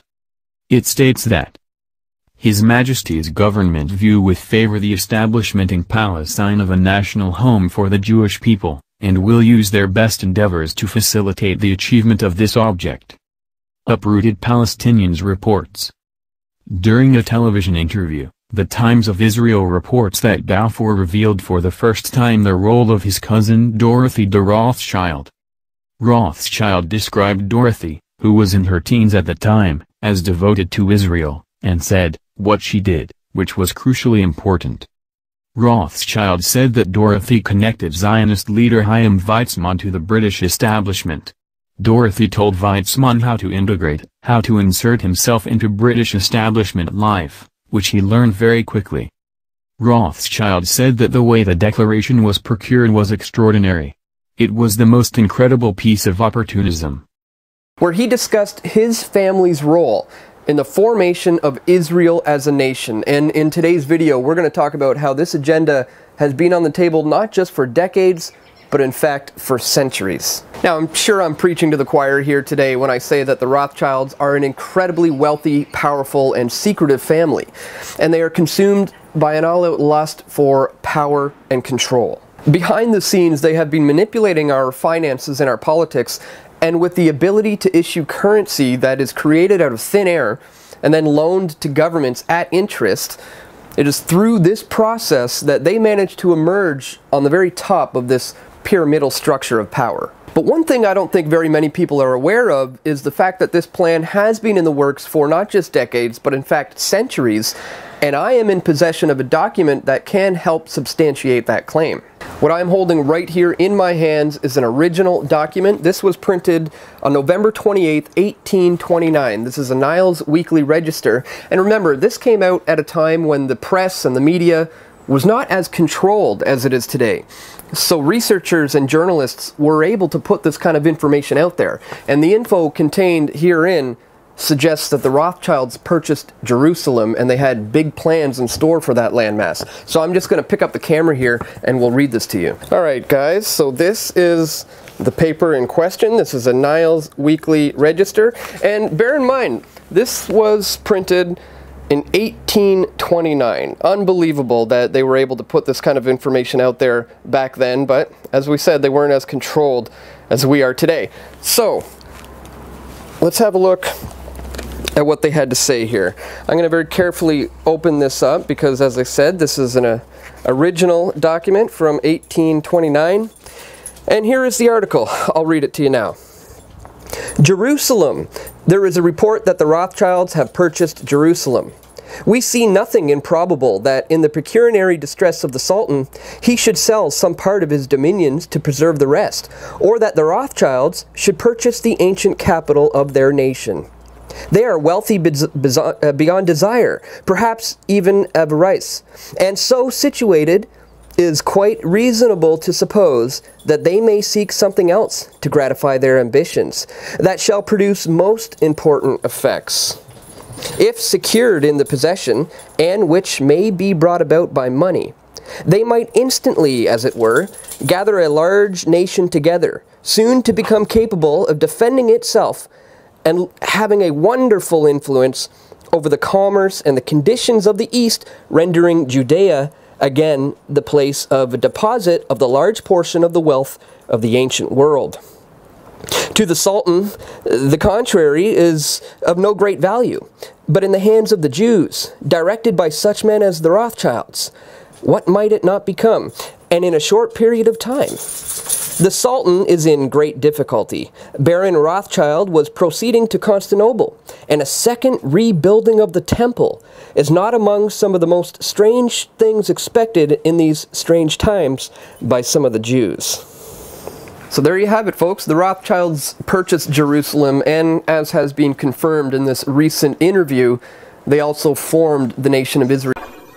While that was going on, the Zionists in Germany, who represented the Zionists from Eastern Europe, went to the British War Cabinet, and I'm going to be brief because this is a long story, but I have all the documents to prove any statement that I make if anyone here is curious or doesn't believe what I'm saying is at all possible. The Zionists in London went to the British War Cabinet and they said, look here, you can yet win this war. You don't have to give up. You don't have to accept a negotiated peace offered to you now by Germany. You can win this war if the United States will come in as your ally. The United States was not in the war at that time. We were fresh, we were young, we were rich, we were powerful. And they told England, we will guarantee to bring the United States into the war as your ally, to fight with you on your side, if you will promise us Palestine after you win the war. In other words, they made this deal. We will get the United States into this war as your ally. The price you must pay us is Palestine after you have won the war and defeated Germany, Austria-Hungary, and Turkey. So watch this out. So here since 1829 they bought the literal city of Jerusalem.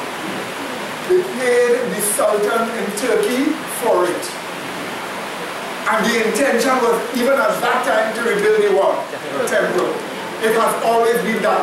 So whenever you hear Israel, they want Jerusalem. For what? Whenever you hear Israel, they want Jerusalem. For what? That is the logic. The importance of the temple is the importance of the city. The importance of the city is the importance of the temple. So that's why if Jerusalem is Israel's own, then the what? Temple Mount is what? Israel's own, even though the Muslims have their Dome of Rock on it. Thus Israel can build a new temple on the Temple Mount. That is the logic, that is the pattern. And you must not think, oh, it is just for a capital. No. They want that piece of property there, where the Muslims have their shrine. But to have it, they must own the city of Jerusalem. In 1967, with the 1967 war that took place, you must remember Moshe Dayan, the general, handed over the Temple Mount to the Palestinians. And this is the reason why East Jerusalem, although the Israelis control it, as far as they're concerned, it wasn't theirs until they get the Temple Mount. So what are they looking to get? The Temple Mount to rebuild what? A third temple. That's the real reason why.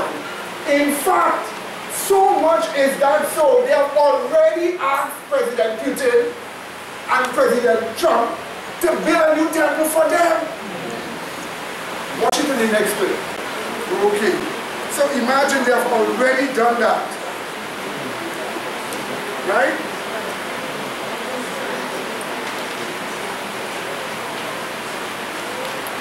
And here is the apostate Protestant speaking.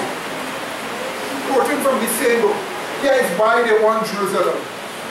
Yet the people still held to the hope of a restored temple, which they believe would attend the return of national sovereignty in Jerusalem.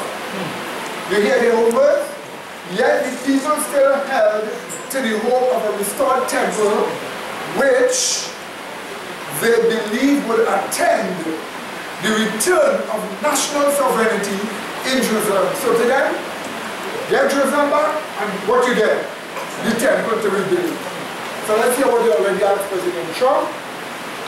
Yes, go ahead. Yes, go ahead. Send down all this money, why don't we build a temple for the site?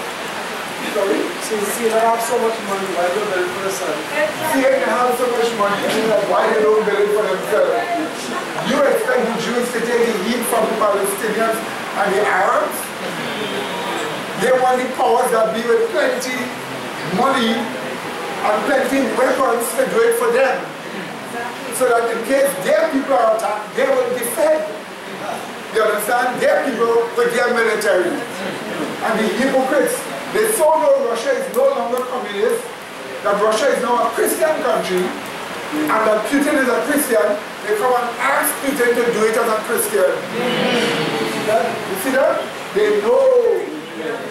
But we in the West finding it hard to come up to these realities. So what does this profit the Rothschild? Well, as far as the Rothschild is concerned, once they get that temple rebuilt, they will by this find a way to gain control of the world. Because there are scriptures that says Jerusalem is supposed to be the center of the world. But we know it's a new one. Jerusalem, but as far as you're concerned, that will be their new Jerusalem. So they want control of the world, part of the new world. Yes, brother. Let me take you first and then I'll take you. See, now the Israelites get so much from Trump, right? Why then fighting so much in the beginning? Why Soros and the same was trying fighting? Why did it, you see, you have to recognize Jews have a dual way of working. They fight against you because of this. When they recognize they can't, well, they find a way to use you because of that. And that's why as a Christian, no use, no way. You didn't hear that one? No being used, what? No way. That's what we stand for. And we stand for that as a property. But a type of Christianity that have been influenced by Darby's teaching of a Jewish racial covenant. You can use those Christians to do anything as Jews. And right now they are making millions from them. Alright, so one and then two. Then two. Trying to understand how this will tie into the thing of the north and the south. Come into that. Because what we're looking at is to see what does that mean for us? Where does that fit in from? That fits in with the idea of a Messiah. That's what we're coming to show. Okay, brother? I mean, what about Jerusalem is in Palestine? I'm trying to think. They've been there for 1,000 and changing years. You see, the Palestinians have no what we should say. You can't say memorial, you know. I tell you why you can't say that now. Because the Bible identified Jerusalem as a Hagarine city. That's what the Bible identified. Hagar is a descendant, is the ancestor of the Arabs. As far as the Bible is concerned, Jerusalem understood as an Arab city. But what does the Palestinians have in it? The Palestinians just were there for years. They have been living there for years. Where they have their mosque in Jerusalem, there is some people, where you talk about how there's some people are anti-Fatah. I'm telling people over and over, Islam is based upon a lie. Ask them, what does that shrine do there? There are two things on the Temple Mount. The Dome of the Rock and the Al-Aqsa Mosque. Well, in the mosque they do the worship. The Dome of the Rock is supposed to be the place where Muhammad ascended to heaven. He ascended to heaven. Yes, in the city of Medina, you have there his tombs. I always ask them, show me Muhammad's tomb. They say, Medina, in the city of Medina. I say, show me Jesus' tomb. Huh? There is none, because he is what? So you own the Temple Mount on the basis of a lie, which your own practice shows a lie, because there's nowhere he's buried. Literally, in the city of Medina, that's where he's buried. So they usually claim we are interested in Jerusalem because of the mosque being there and because of the Dome of the Rock or the shrine being there. That's why. That's why we are interested in Jerusalem. Well, okay, Israel had their things there before and they control the land around it. So the point about it is this: the Palestinians could have no justifiable claim to it, and the Israelis cannot claim it because they want to rebuild a temple. The leader of the Hamas is some become a Christian. His son become a Christian, moved to the United States, and you know what wicked Obama do? Try to send him back to Gaza, knowing they will kill him. But Christians fought for him to keep him in the United States. I tell you that Obama is a very wicked person. Very, very wicked person. Christian hated. So Sister Denise and then the brother. When I come say different types of where you have like these Zionists that have the intentions of the temple and also have the like communist pictures. That is the shocking thing. She said the Zionists that believe in Jerusalem, and then she said the communist Jews. One of the early propagators of communism was Moses Hess. It was Moses Hess that converted Karl Marx from being a Christian. Karl Marx was a Lutheran Christian. He was converted from being a Christian to communism by Moses Hess. Moses Hess wrote a book by the name of Rome and Jerusalem. And in it he showed there's always been a fight against Rome to get what? Jerusalem. And he was a communist. Did you see that? So as far as they're concerned, communists may get on and they may misbehave and so on, but behind the scenes, it is still time to get in Jerusalem back. That's why this is so now. Brother Green. Israel wants the Muslim mosque to leave Jerusalem. What will happen to the mosque?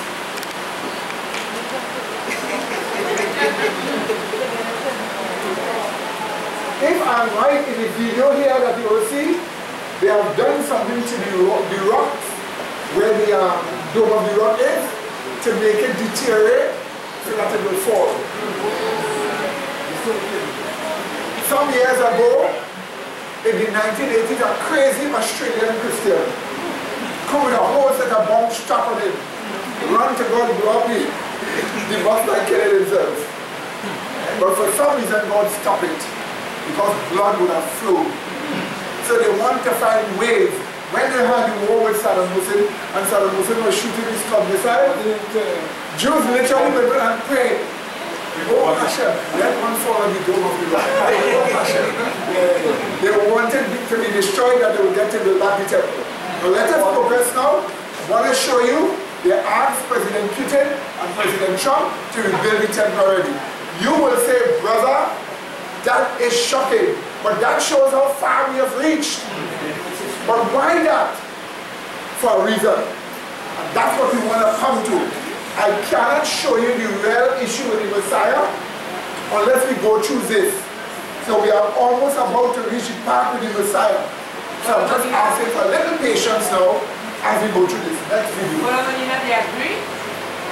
Well, let's look at the video. One of them agreed, so far we know, Sister Sandra. Yes. One of them we know so far agreed. But we do not know what's going on behind the scenes yet.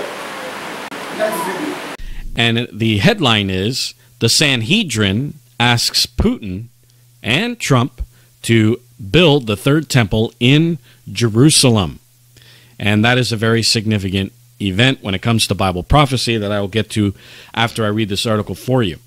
It says here that the Sanhedrin is calling on Russian President Vladimir Putin and the U.S. President-elect Donald Trump to join forces to fulfill their biblically mandated roles by rebuilding the Jewish temple in Jerusalem. The Rabbi Weiss, the spokesman for the Sanhedrin, contacted Breaking Israel News to announce that the election of Trump, who has promised to recognize Jerusalem as the capital of Israel, coupled with Putin's expressed desire for the temple to be rebuilt, prompted the Jewish court to send a letter offering the two the opportunity to act as a modern-day Cyrus figures, non-Jewish kings who recognize the importance of Israel and the temple. You know, it's interesting.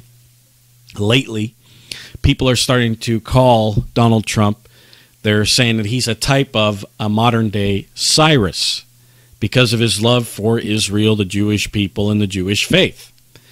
And many people are starting to call him the Anointed One. It says here that Rabbi Weiss explained that the U.S. elections have made the eternal Jewish dream a very real possibility. We are poised to rebuild the temple.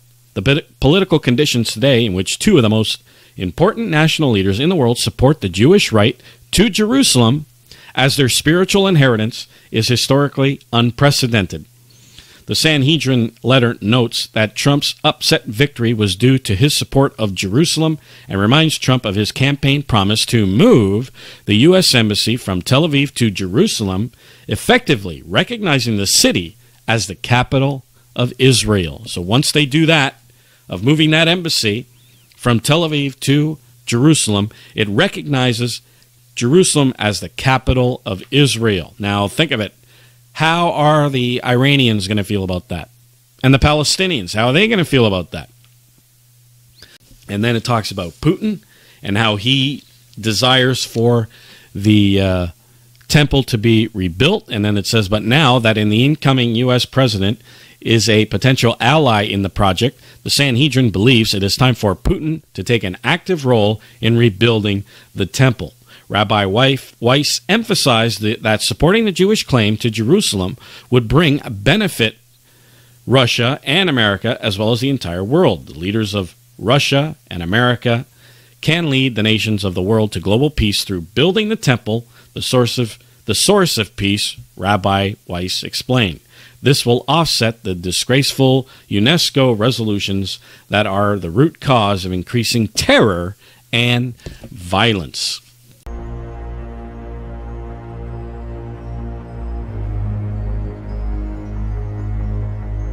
Some interesting stories. For example, breaking Israel news just came out today with a very interesting article. Sanhedrin asked Putin and Trump to build the third temple in Jerusalem.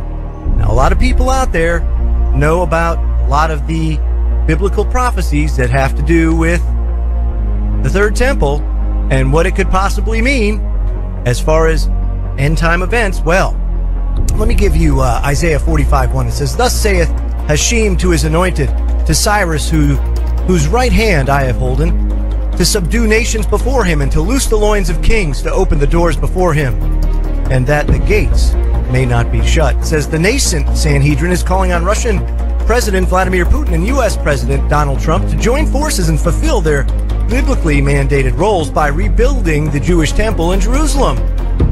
Rabbi Hillel Weiss, spokesman for the Sanhedrin, contacted Breaking Israel News to announce that the election of Trump, who has promised to recognize Jerusalem as the capital of Israel, coupled with Putin expressed the desire for the temple to be rebuilt, prompted the Jewish court to send a letter offering the two the opportunity to act as modern-day Cyrus figures, non-Jewish kings who recognized the importance of Israel and the temple. Exclusive. Sanhedrin asks Putin and Trump to build third temple in Jerusalem. This, while Bible prophecy is sped up, and this looks like it's going to get moving here. This is really incredible here. The Sanhedrin request that President-elect Donald Trump and Russian President Vladimir Putin work together to help rebuild the temple. The nascent Sanhedrin is calling on Russian Putin and U.S. Trump to join forces and fulfill their biblically mandated roles by rebuilding the temple, the Jewish temple in Jerusalem. This is incredible.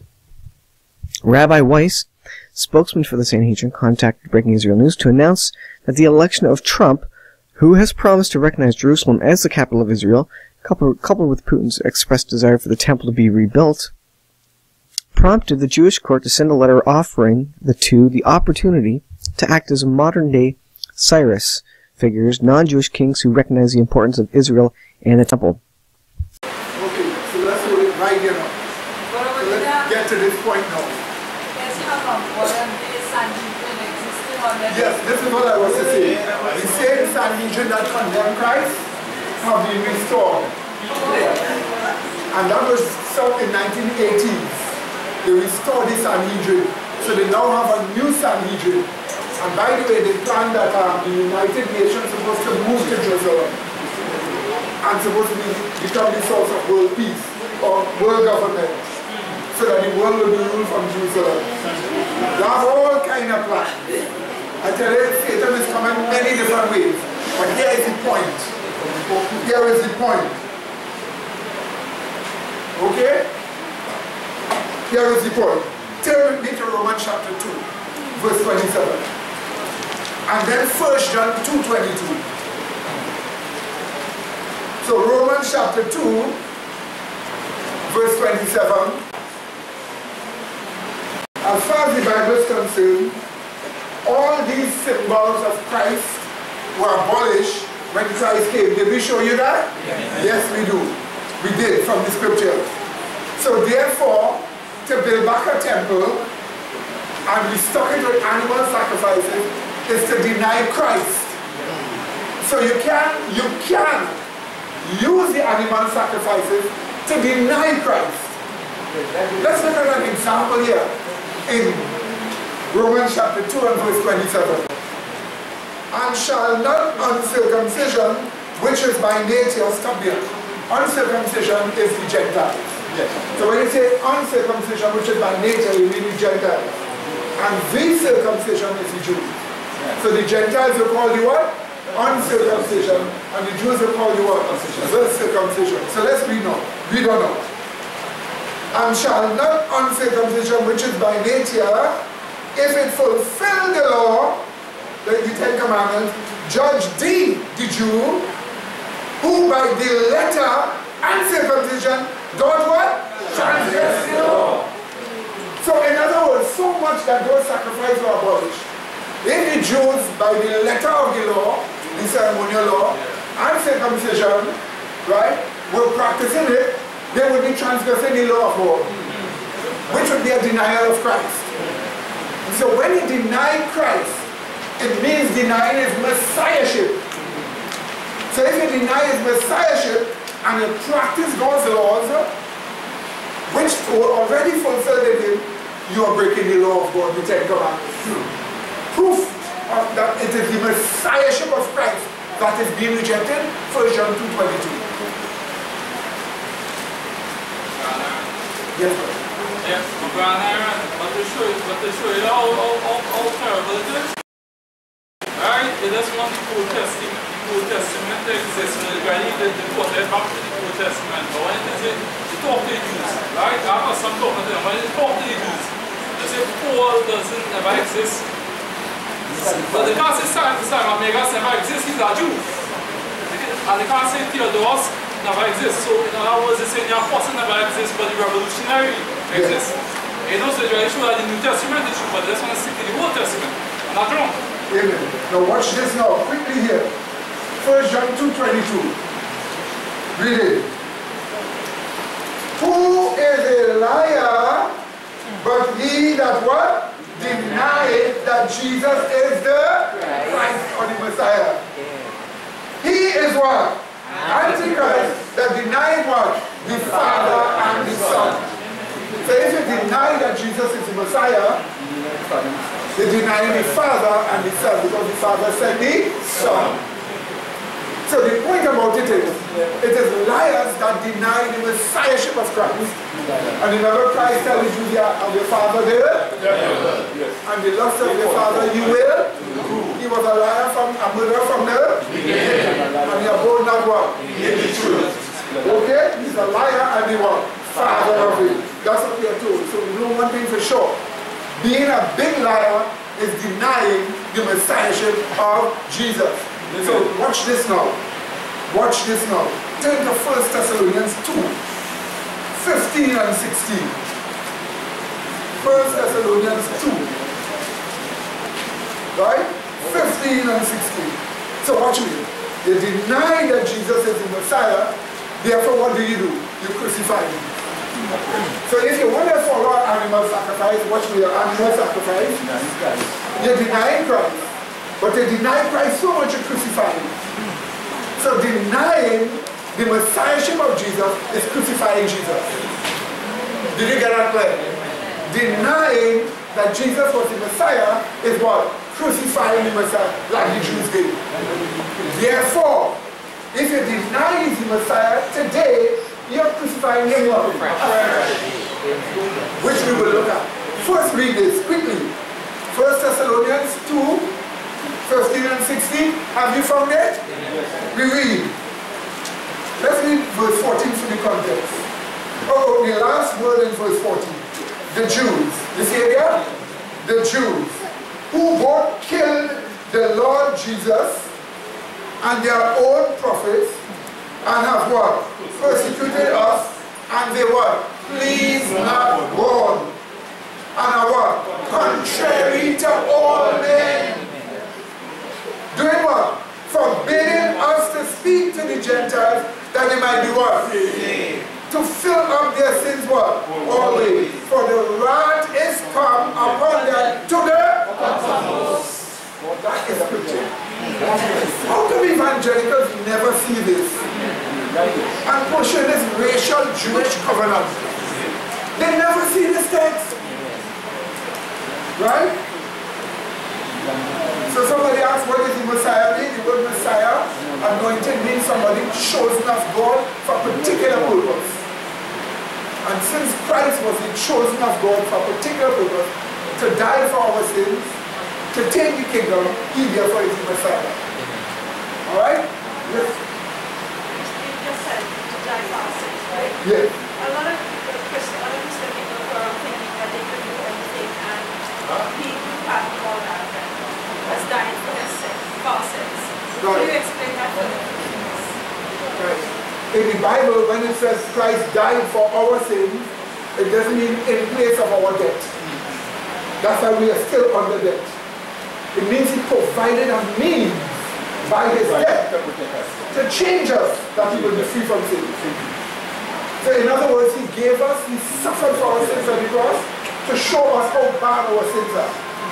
So that the moment you have some small sense that your sins are so bad in your mind, God will work with that and forgive you if you repent. He will say, you see what I will show you, you see the wrong of it. Therefore, if you repent, I will what? Forgive you. And the Bible says, gave his life. He made life available to change your mind. So instead I have spiritual death, you now have what? Spiritual life. So one is the means to bring it to him, and the other is the means to change it. That's how the death of Christ deals with this thing. But it's not death in place of death. No. You see, if we are to no longer face any physical penalty for death, God must be our Father first, a loving Father.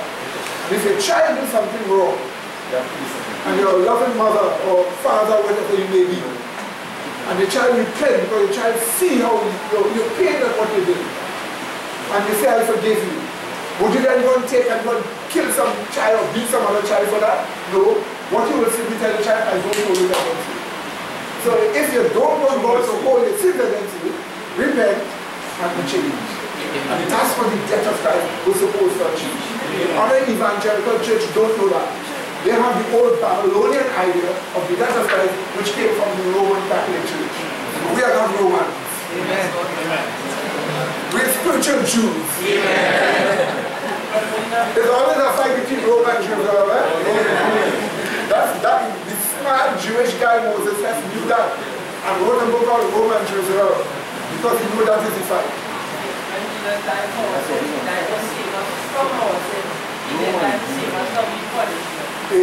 Far more than punishment punishment is the sovereign decision of your loving Heavenly Father to say, no, I will punish you. But only on condition of change. What do you think? Because if you're wrong, you're going to have to take the punishment. What do you think? Amen? Amen. Shake your head for that. Watch this one now. Watch this now. Watch this now. Therefore, Hebrews 6:6. Therefore, Hebrews 6:6.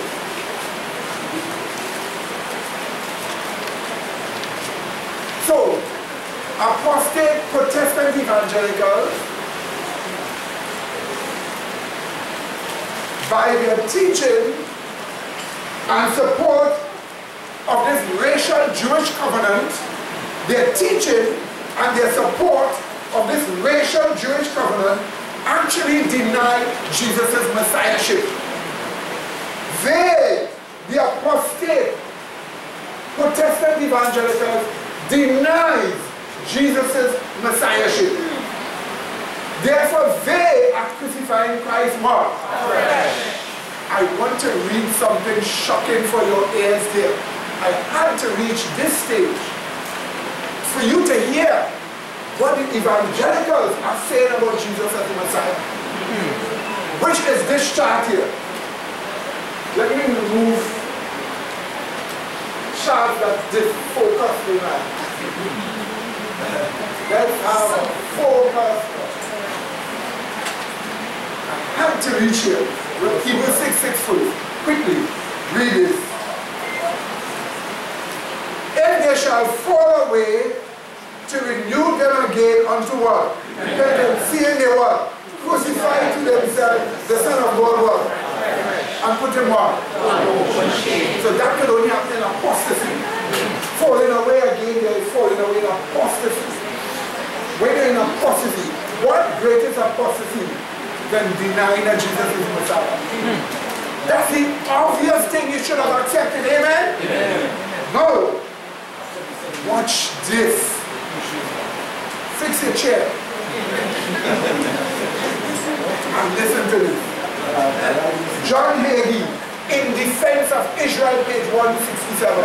What is the name of the book? In Defense of Israel. They are indefensible.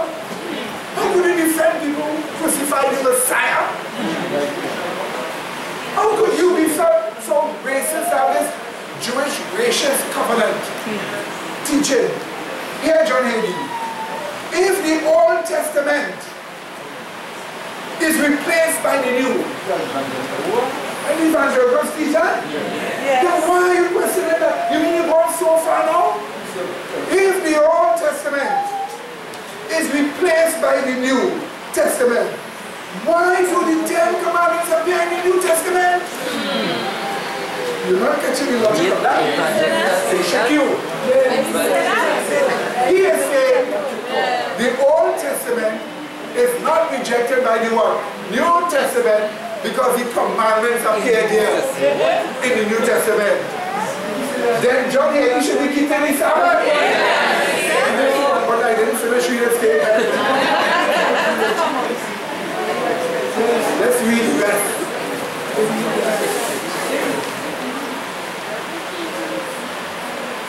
If the Old Testament is replaced by the New Testament, why do the Ten Commandments appear in the New Testament? He continues, by an honest investigation of Scripture, anyone can determine that 9 of the 10 Commandments will appear in the New Testament.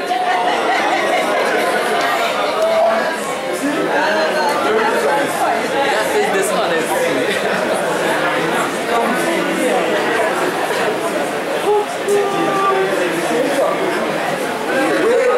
Wait, jumping the gun.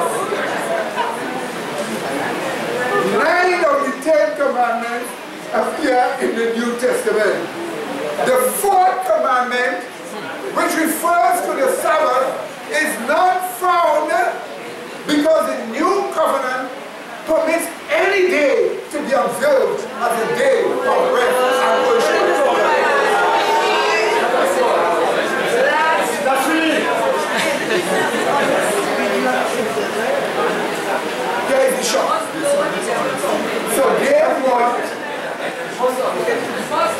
an old covenant Messiah, but he must transgress the Sabbath. You want a Messiah that transgress the Sabbath. So remember what Jesus Christ said. The Son of Man is what? Yahweh also on the Sabbath. Amen. So you want a Messiah. He must be an Old Testament Messiah, but he must not accept the Sabbath. Let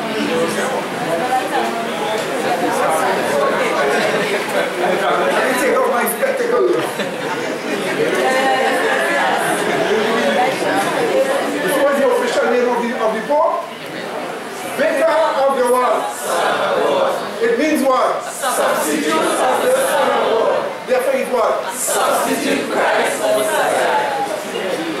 reject the Sabbath. Wait, don't run. John Hagee, page 136 of the book. Are you ready for this? Yes. There is not one verse of scripture.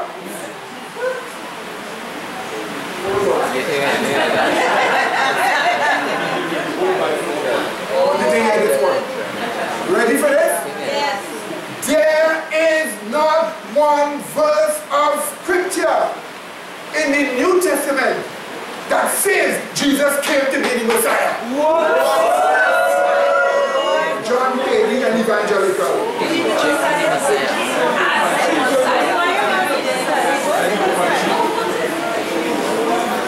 You must remember the apostate Protestant evangelicals, by having a mutilated Messiah, will naturally look to have a what? New Messiah. But one in accord with their spirit. One who rejects the Sabbath and give up today. That is in accord with them. Now you can see the mark of the beast and the image of the beast. Is their Messiah they're working for? This whole thing about Jerusalem is to make them focus on another Messiah and work for that Messiah. Wait a minute. Yes, ma'am.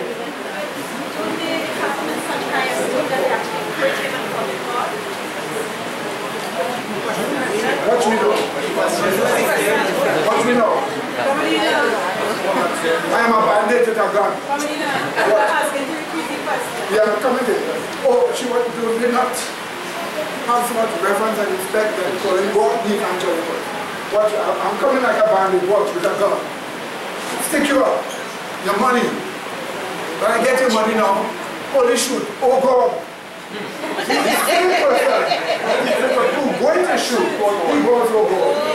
You see, Christ says, in vain do you worship me with your mouth, but your what? So that it's like somebody prays you and says so much nice thing about you, but they're not in heart. That is what you call the hypocrite. That's why Christ called the Jews hypocrites. Christ called them hypocrites. Remember Judas was the one who was telling Christ, "Oh, that master won't take kingship. You're the Messiah, won't take kingship." And then one day after Christ said, "Right? He said, such and such money, I shall wait and find it to take it up."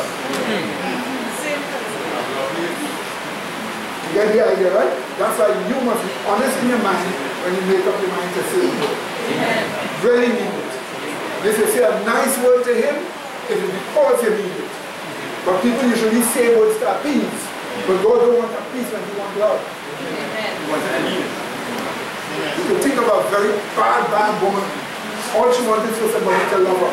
But all the men, oh, yes, appeasement. It's not appeasement she's looking for, it's what? Love. That's what it is. But just the thing is, God is not bad. He wants their love. Alright? Alright? Right. Okay, good. Lovely. Right. Hold on now. When I read the statement to you, I didn't finish. I just gave you the first part of it. The second part is even ludicrous. Right? I said ridiculous. Watch this again. There is not one verse of scripture in the New Testament that says Jesus came to be the Messiah. Jesus refused by his words or actions to claim to be the Messiah to the Jews. The man is saying Jesus came by his own words or actions to be the Messiah to the Jews. So in their consciousness, they are already deteriorating or mutilating the idea that Jesus is the Messiah. Wait. Page 137. If God, here is the hypocrite, Christian preacher, if God intended for Jesus to be the Messiah of Israel, why didn't he authorize Jesus to use supernatural signs to prove that he was God's Messiah?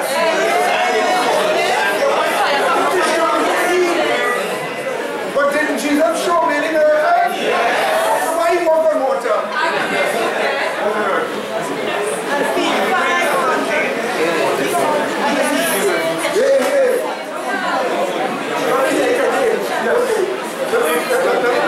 Have some joy in the truth.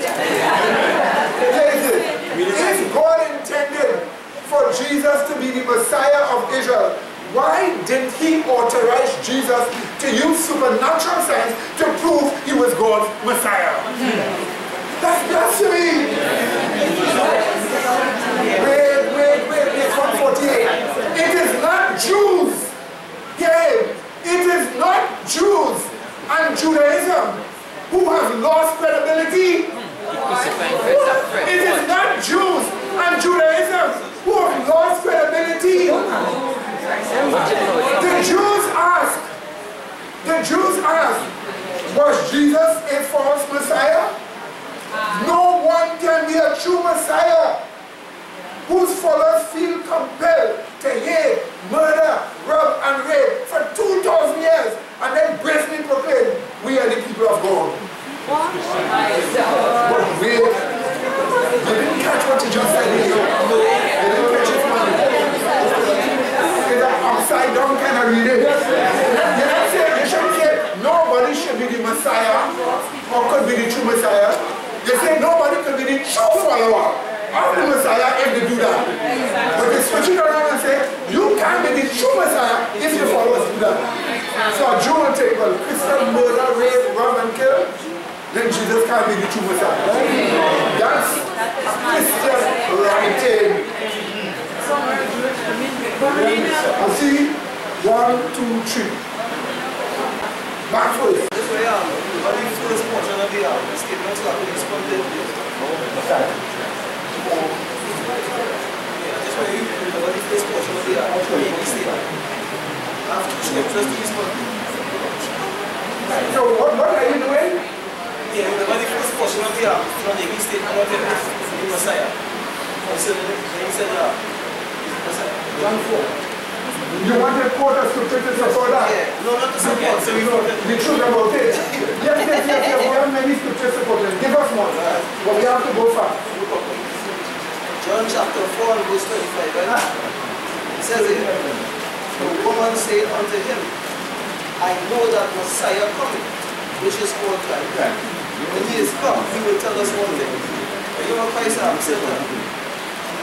Jesus said unto her, I that speak unto thee. Amen.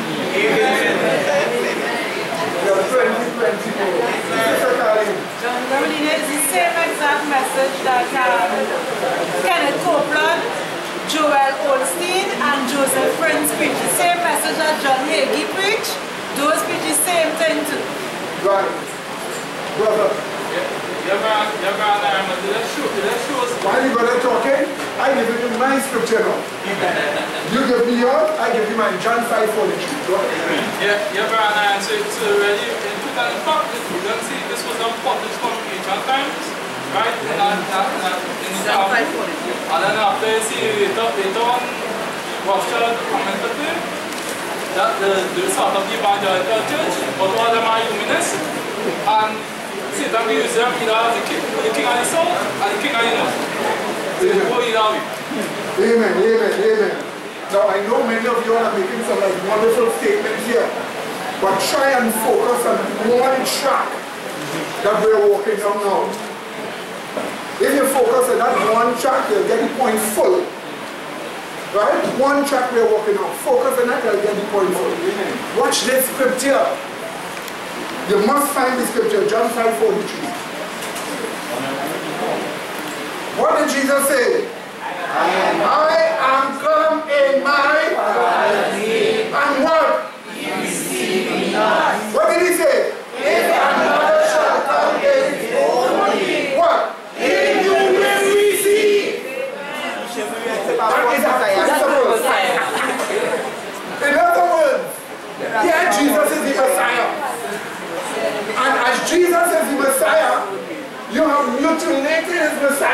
sunset. Let me tell you something. Watch. Let me give you one more quotation. John Hagee, 149. Watch it, watch. Sincere rabbis, we call them sincere. Why we call the Christians the rubber barons for 2,000 years? Yeah. Sincere rabbis have asked me, John Hagee that is, if Jesus is the real Messiah, the Prince of Peace, why are Christians always fighting each other? So that's a stupid question. It's easy to answer. If Jews believe in the Messiah, why are Jews always killing each other? I have no answer. I know, because they don't have Christ in you. Here is his answer. I have no intelligent answer.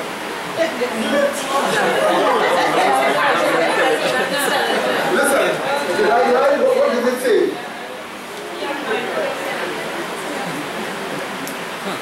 What is his answer, Tiniju? I have no intelligent answer. In other words, I cannot show that Jesus is the one Messiah because look, it's people killing each other. This man has mutilated the concept that Jesus is the Messiah. That's what evangelicals have done. And if you do that, you will look for another Messiah. But that Messiah must be in accord with the religion you believe in. Because you already believe the law is there, but one missing. The Sabbath is not there. So you want a Messiah that have a day in accord with the day you keep it. I quote Chancellor Albert Schmidt for Cardinal of Baltimore Ashton Diocese, letter dated February 10, 1920. Listen to the quotation. I quote, if Protestants would follow the Bible, oh my God, if Protestants would follow the Bible, they should worship God on the Sabbath day by God, which is Saturday. In keeping Sunday, they are following a law of the Catholic Church. But who gave that law? And what is that law to keep Sunday mean to them? I quote Catholic Record of London, Ontario, September 1st, 1923. I quote, Sunday is our mark of authority. The church is above the Bible, and this transference of Sabbath observance is proof of the fact. So that shows they have religious authority. And remember, the Pope is already called Lord God the Pope and Sweet Christ on earth. But his official name was Sweet Christ on earth because his official name is Substitute Christ. Substitute what? Messiah. That's right. That's right. That's the reason why they will look for another Messiah. Now in closing, next time. Yes. They have arrived in their minds that hope is the substitute Christ. Watch me this. I like your question. I like your question. Let me give you an illustration.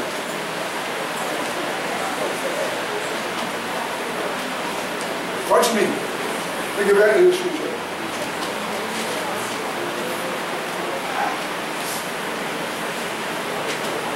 A girl likes two men.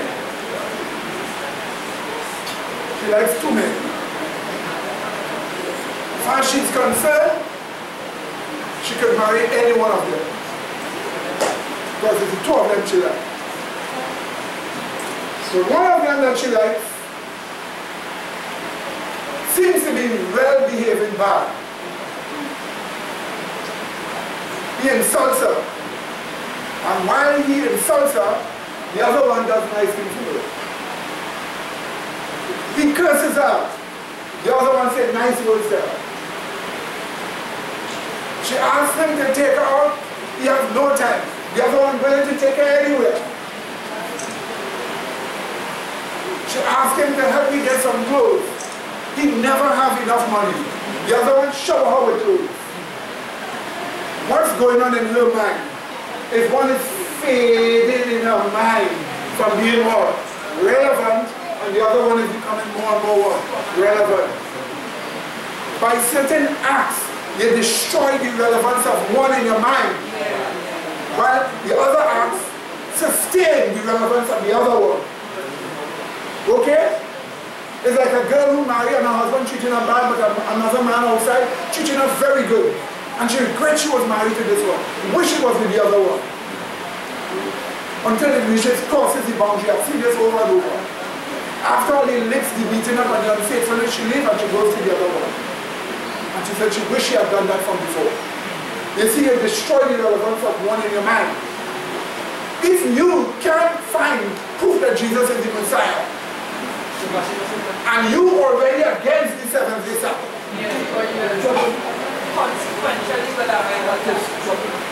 and you believe you should keep Sunday,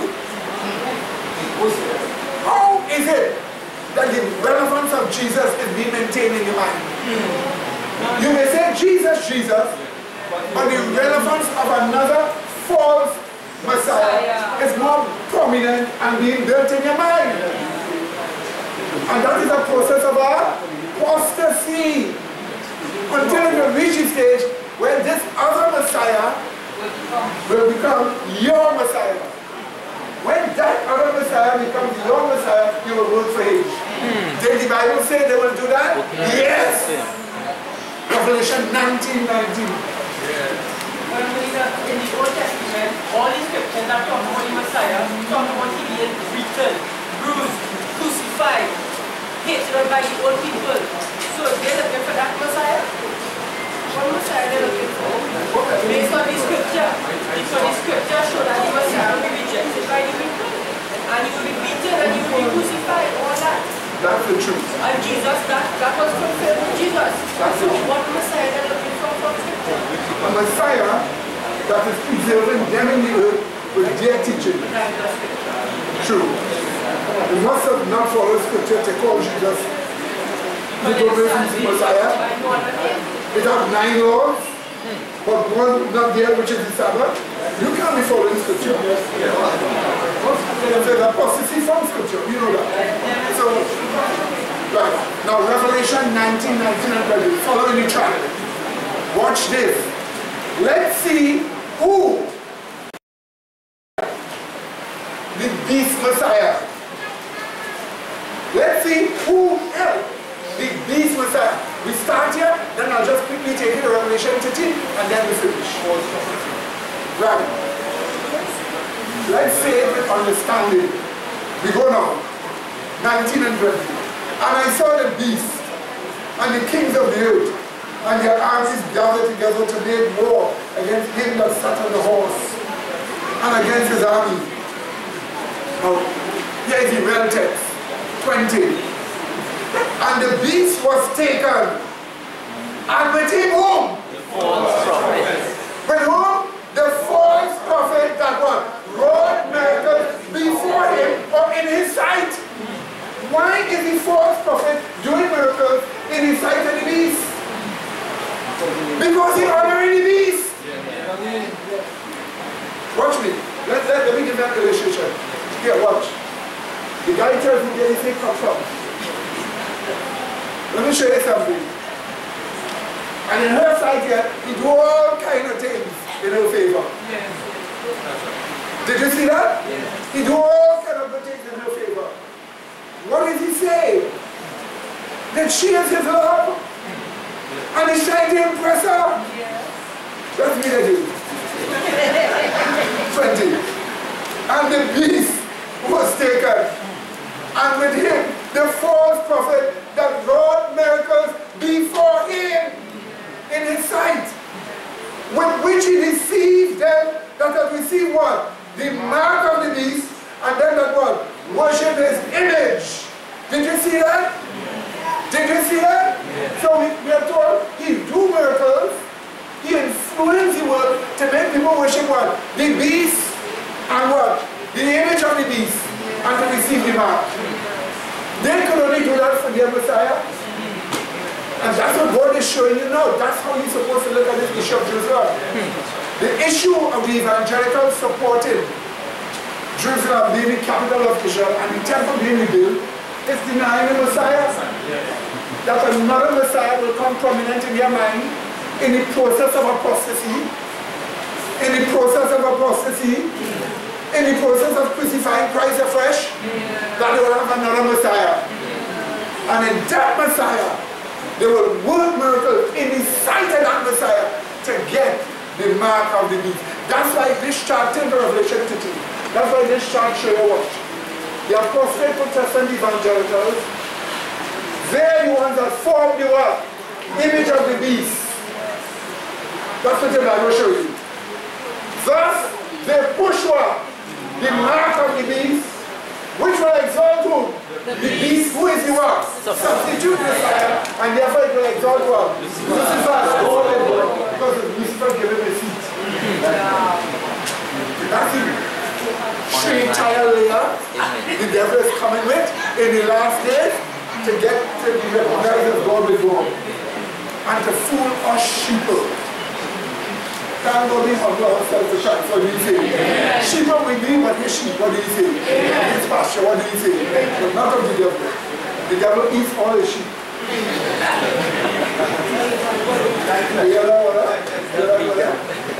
Watch this one now. Revelation 13. Watch this. Watch this. That's why the Bible told you this all along. And we know there must be an apostasy. Why? The issue of Jerusalem? To fill up the apostasy of the apostate Protestant evangelicals, that they would crucify Christ afresh, that they would have another Messiah. That's why that has happened. Are you getting me clear? You there in St. Vincent listening. Are you getting that clear? You there in England listening. And wherever else you are, Tobago. We hope you are getting that clear. Amen. That's right. You need to get that clear.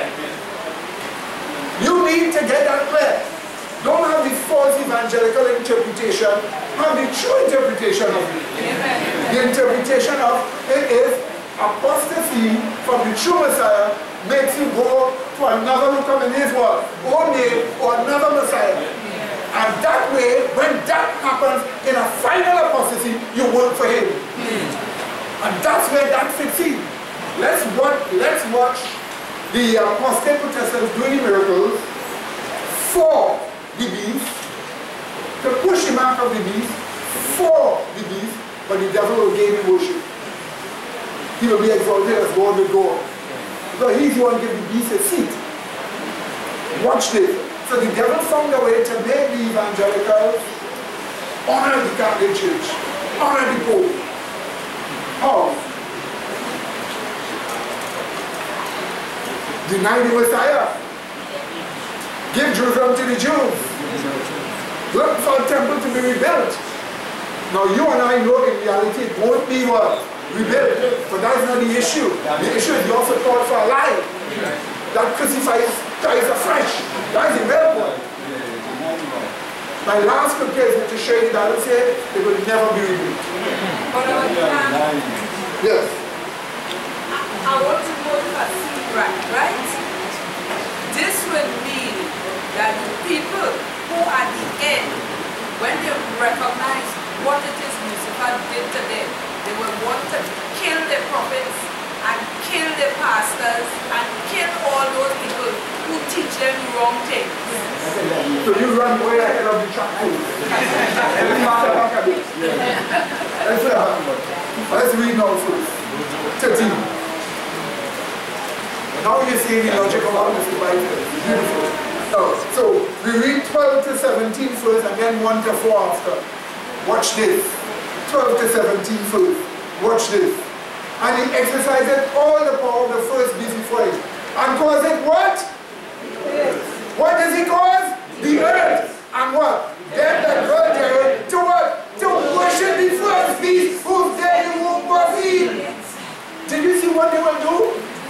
They will cause people to worship the paper beast. The whole world. Why would you work so for him? In his sight,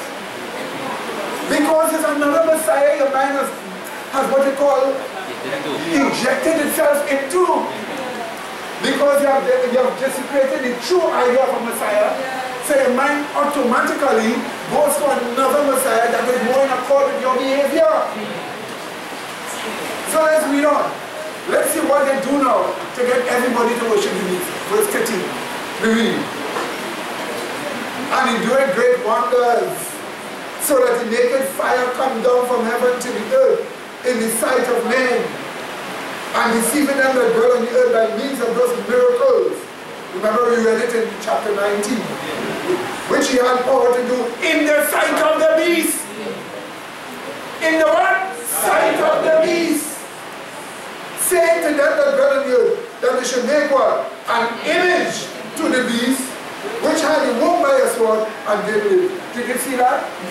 You admire this beast so much. The beast or the papacy lost control over civil law in 1798 when it was overthrown by the French army. But something about this power you admire so much, they tell everybody, make a system like that.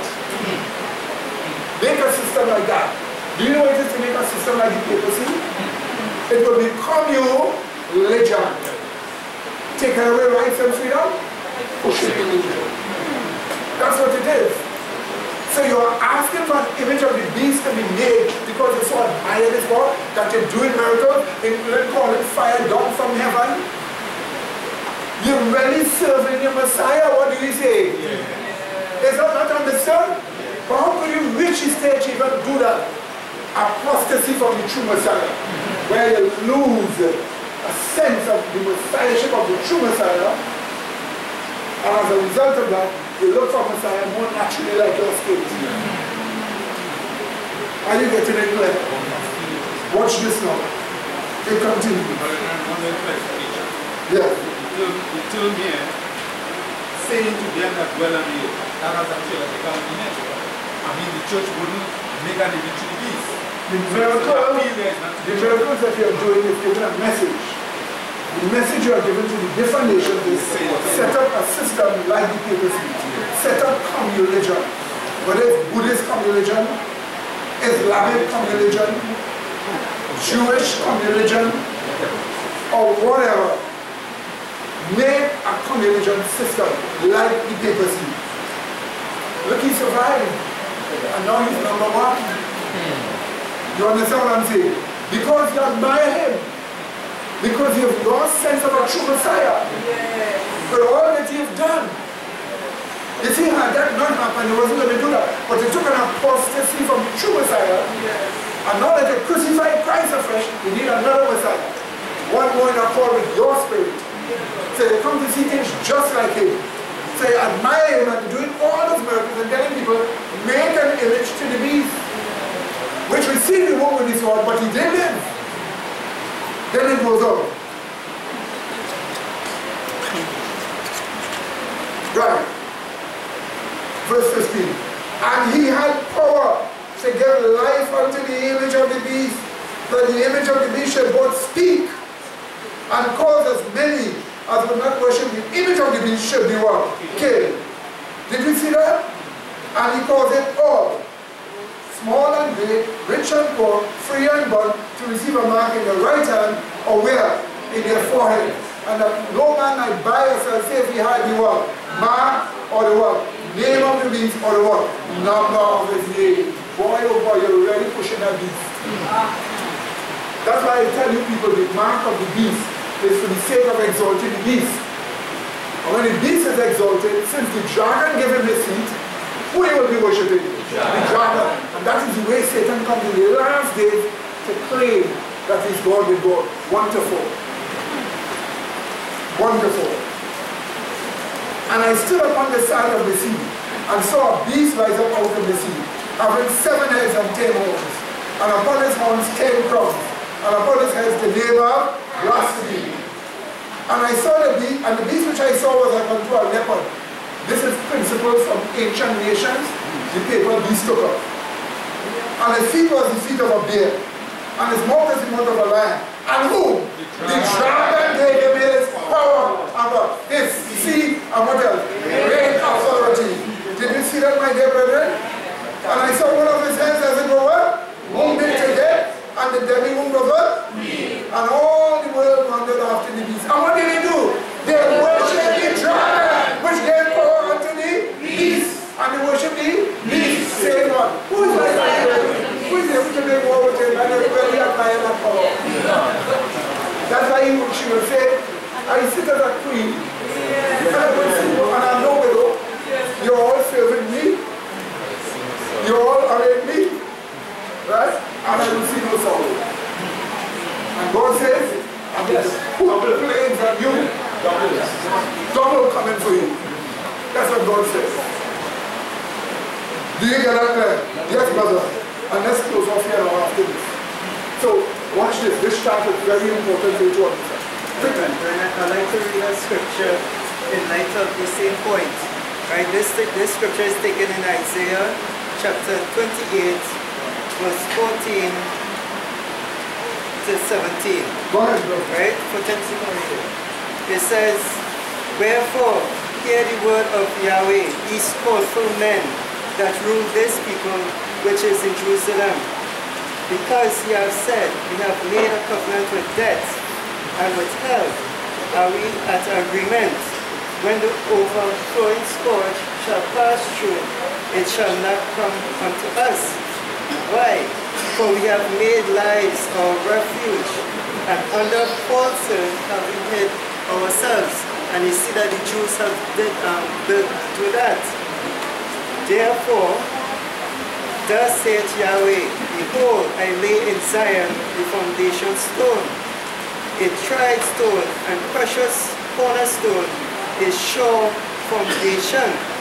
He that believeth shall not make haste. And you know that is the promise of the Messiah to come, which he hath come. Right. And verse 17, he says, judgment also will I lay to the line, and righteousness to the plummet, and the hail shall sweep away the refuge of lies, and the water shall overflow the hiding place. So with all this lies that they have built in setting up the image of the beast, God says his hail will destroy all of them. Okay, very good. Now last scripture, Daniel chapter 9.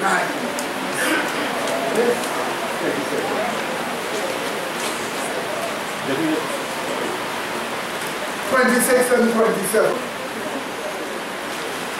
Ready? Watch this. This is speaking about the death of Christ, and it shows he will cause all the sacrifices to cease. And it also says that the Jews will be responsible for the destroying of the temple, the sanctuary, and the city. And therefore the temple, if they cause it to be destroyed, the Bible says until the final finish. And the plagues fall. So plagues fall and they still can't deliver. That's what's going to happen. Let's read. Now I can't go into all the interpretation, but I'll give you the general gist. Let's read. 26. After 3 weeks shall Messiah be cut off. That's the death of Christ. But not for himself, he dies for all of us. And the people of the prince that shall come, that prince is the same Messiah. So who is the Messiah's people? The Jews. He came to his own, and his own what? Received him not. And the people of the prince that shall come shall destroy the city, and what? The sanctuary, and the end thereof shall be with a flood. And until the end of the war, desolations are determined. That's what's going to happen. Flood in the Bible is a flood of rain, rushing and killing. So when the war is finished, the temple is desolated. Desolations are determined. Let's read on. Desolations are determined. And he that is the Messiah shall confirm the covenant with many for 1 week. And in the midst of the week, when Christ dies, he shall cause the sacrifice and the oblation to cease. Amen? Amen. Of course he causes our sacrifices to cease. So why you want to build it up again? He didn't only cause it to cease, he marched up the temple until the end. That's why it says this. And for the overspreading of abomination, many abominations that the Jews did, he shall make it what? Desolate. Even until the what? Consummation. The actual word consummation is final finish. Even until the what? Final and that determined shall be poured out upon the desolated. Now the desolated is the papacy. Until that determined shall be poured out upon the what? Desolated. That's the papacy. And the Bible tells us the 7 last plagues fall upon the beast and his image. So you have to wait down until the 7 last plagues are fallen and you still can't go back to temple. Because the word is destroyed. What do you say? So the Bible tells us it will never, ever be built back up. Last One more question. Yes. So who would have won this something? Somebody had a dream. Somebody had a dream that he came right here for us to talk to him. But we will find out who know Isaiah might not come to him. Last one. After that last film. Oh. I just had put in this chart here. We looked at this chart already before, but I just put in this chart as another health chart. You see, when you worship the what? Image of the beast, it is to receive what? The mark of the beast. To do what? To worship the beast. To do what? To worship the dragon Lucifer, which is to claim what? Lucifer is Lord. That's the pattern. And Satan gives us a 3-time illusion to try and take us.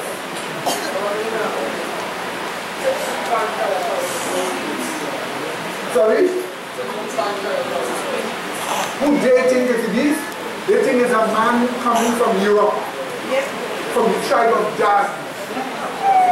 A literal man who will take over the United Nations. And he will build back his temple for the Jews. They literally have misrepresented everything. You know the beast is the papal system headed by Pope. Beast because they murdered more than 100 million Christians for 1,460 years. That's why God called him a beast. And certainly you will call that like Donald Trump, very beastly. Because I got the kid. Yes. Where does they fit in all of this and what does it mean for them because they fight against the Jews? Let me tell you something. Islam has a lot of contradiction in itself. Islam has a lot of contradiction in itself. Itself, they say God is one, yet they call God a we. How could you call one a we? If you say we created men out of clots of blood, then Allah is a we. So if Allah is a we, the one is not one, numerical one, but a what? United one. That's why in different parts of the Quran, they identify the councils on high as the Allah. So you see, they have a lot of contradiction in themselves. They say that Jesus is the Messiah. They say that Jesus is the one coming again the second time.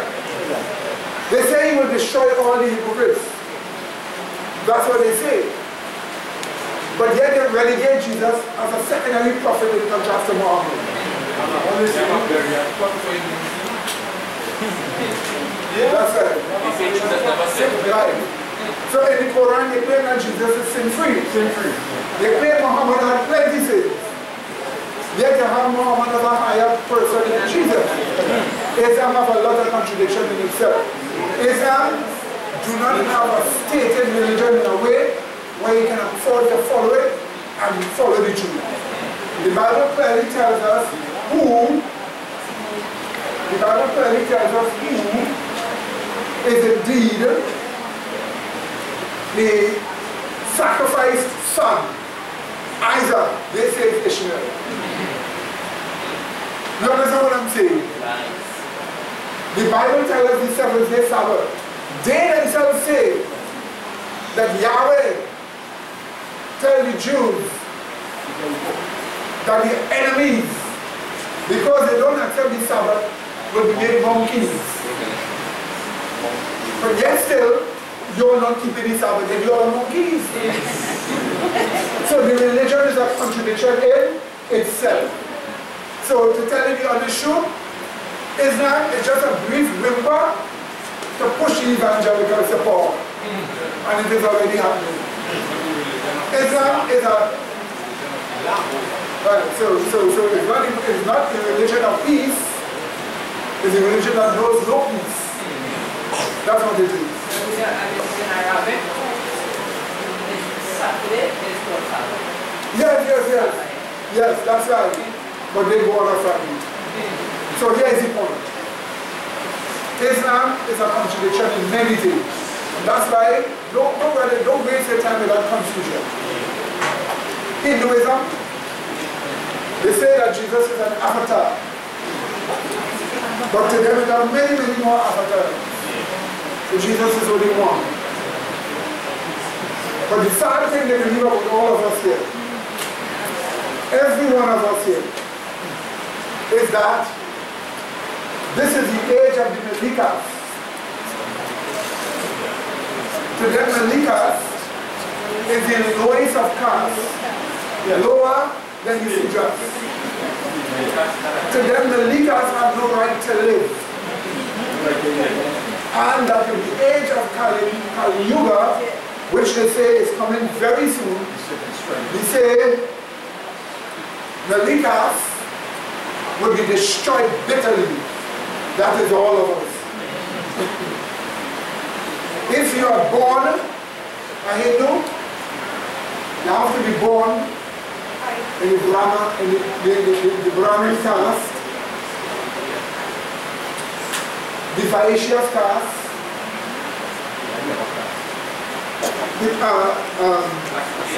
the Kshatriyas caste, and the Sujas caste.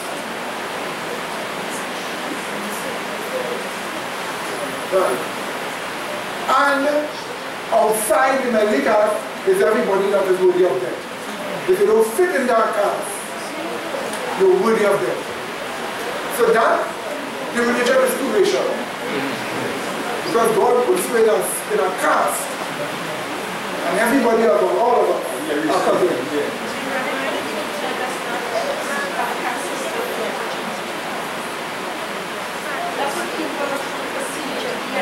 That's what the rabbi.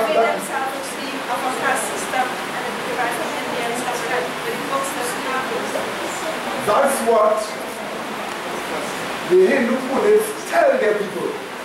But that is not true. I'll give you one story from the there's no caste in them.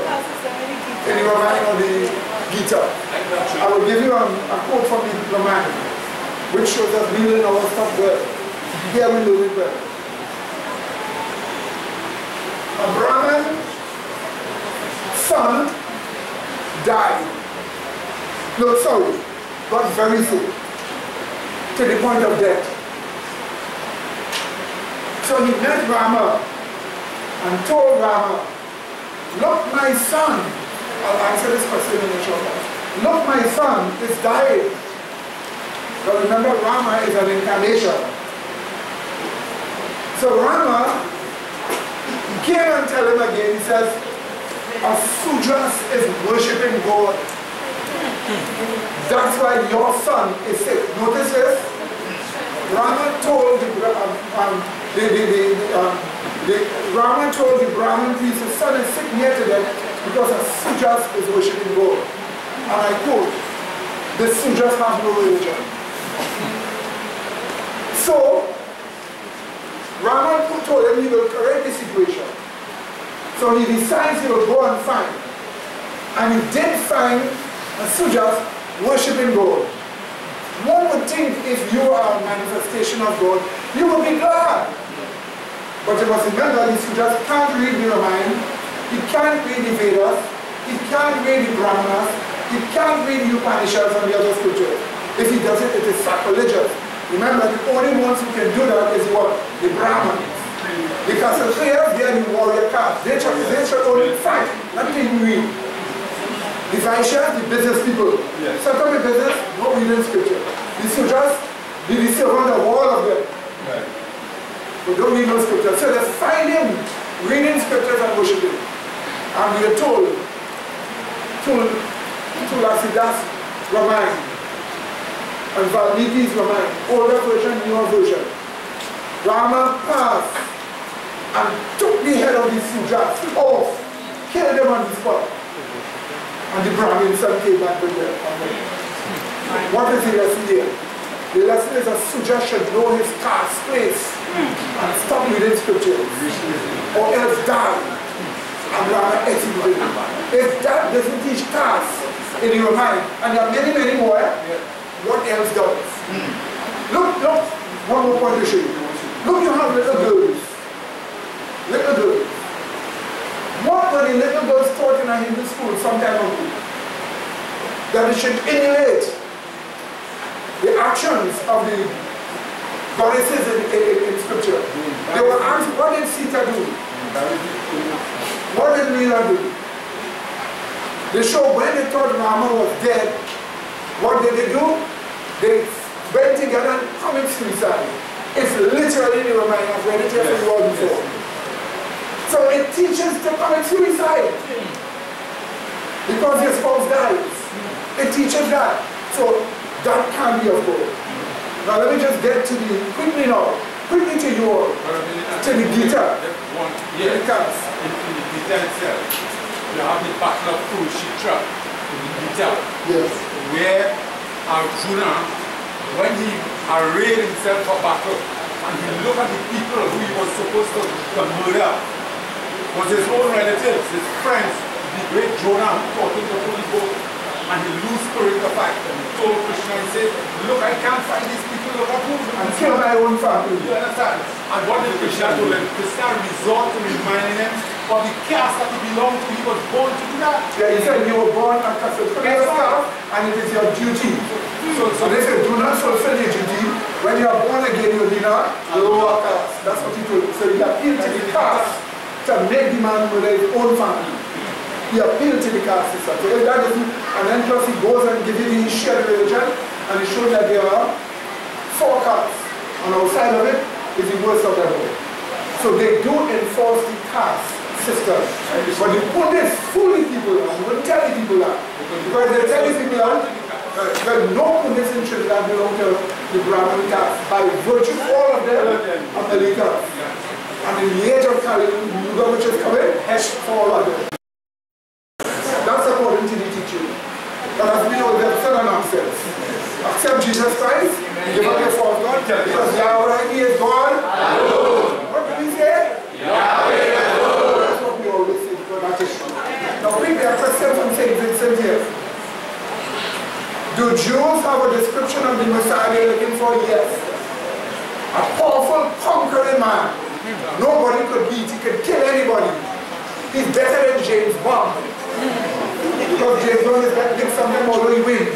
This is a one who doesn't get any licks from anybody. He is a fella, he must be a conquering man who takes over power and rules the world from Jerusalem. That's their idea of the Messiah. They don't want nobody who will humble themselves and take persecution and have character developed that they will love and nice.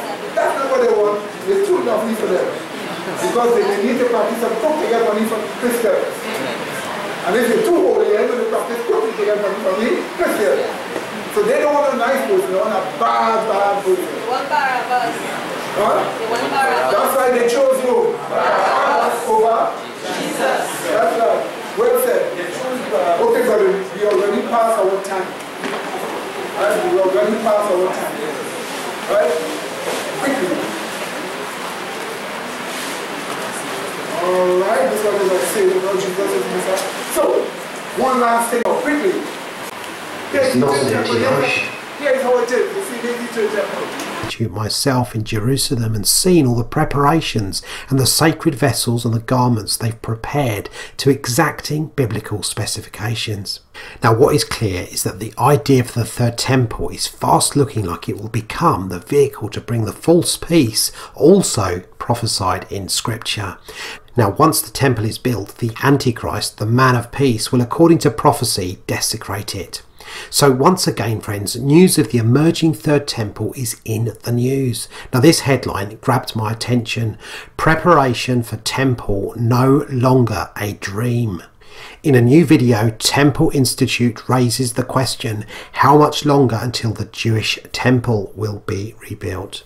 In the run-up to the 2,849th annual commemoration of the destruction of the temple in Jerusalem, the Temple Institute has released a video proposing the rebuilding of the Third Temple. The Temple Institute is dedicated to doing everything possible to build the third Jewish temple on the Temple Mount. They have published tens of volumes and recreated over 70 sacred vessels for use in the Third Temple. The video uses the metaphor of a glass, which is broken as part of the Jewish wedding ceremony to signify that the celebration is incomplete so long as the temple isn't rebuilt. Rabbi Chaim Richman, International Director of the Temple Institute, commented, "Everyone that has attended a Jewish wedding knows that we break a glass, but how many internalize the message? The broken glass isn't supposed to let guests know when to shout. On the contrary, it is a catalyst to move people into a new level of consciousness that fuses mourning with celebration, giving hope for a time in which we will finally rebuild the Holy Temple in Jerusalem."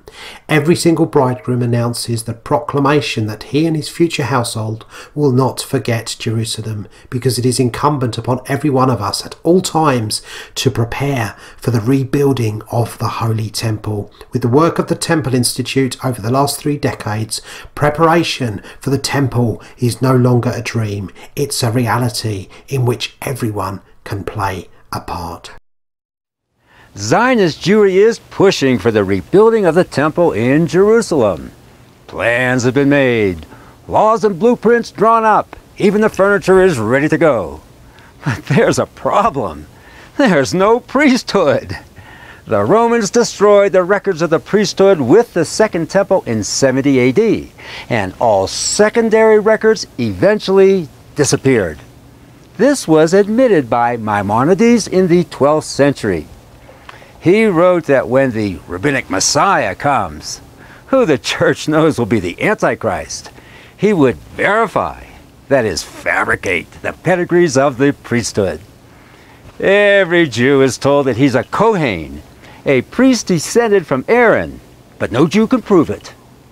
When Ezra directed the building of the Second Temple, if a priest couldn't show his papers proving his ancestry from the tribe of Levi, he was thrown out of the temple. Today, no Jew, no matter how religious, no matter how famous, can prove his priesthood. No priesthood, no temple. It's bogus.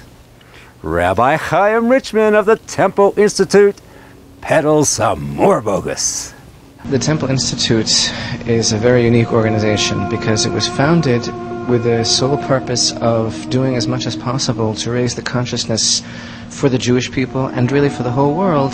It's seen by the Torah as the vehicle that brings about a certain spiritual reconciliation between all of mankind and God. And of course, every prophet of Israel tells us that the time will come when the temple will again be rebuilt. No way. The prophets foretold the building of the Second Temple, not a third. The prophet Jeremiah proclaimed that at the coming of the new covenant, which we are now under, the temple would be no more and not needed. That's in Jeremiah chapter 3. And Ezekiel's temple is obviously figurative for the church, since the outside wall's perimeter is smaller than the temple itself. Rabbi Richman makes another laughable claim.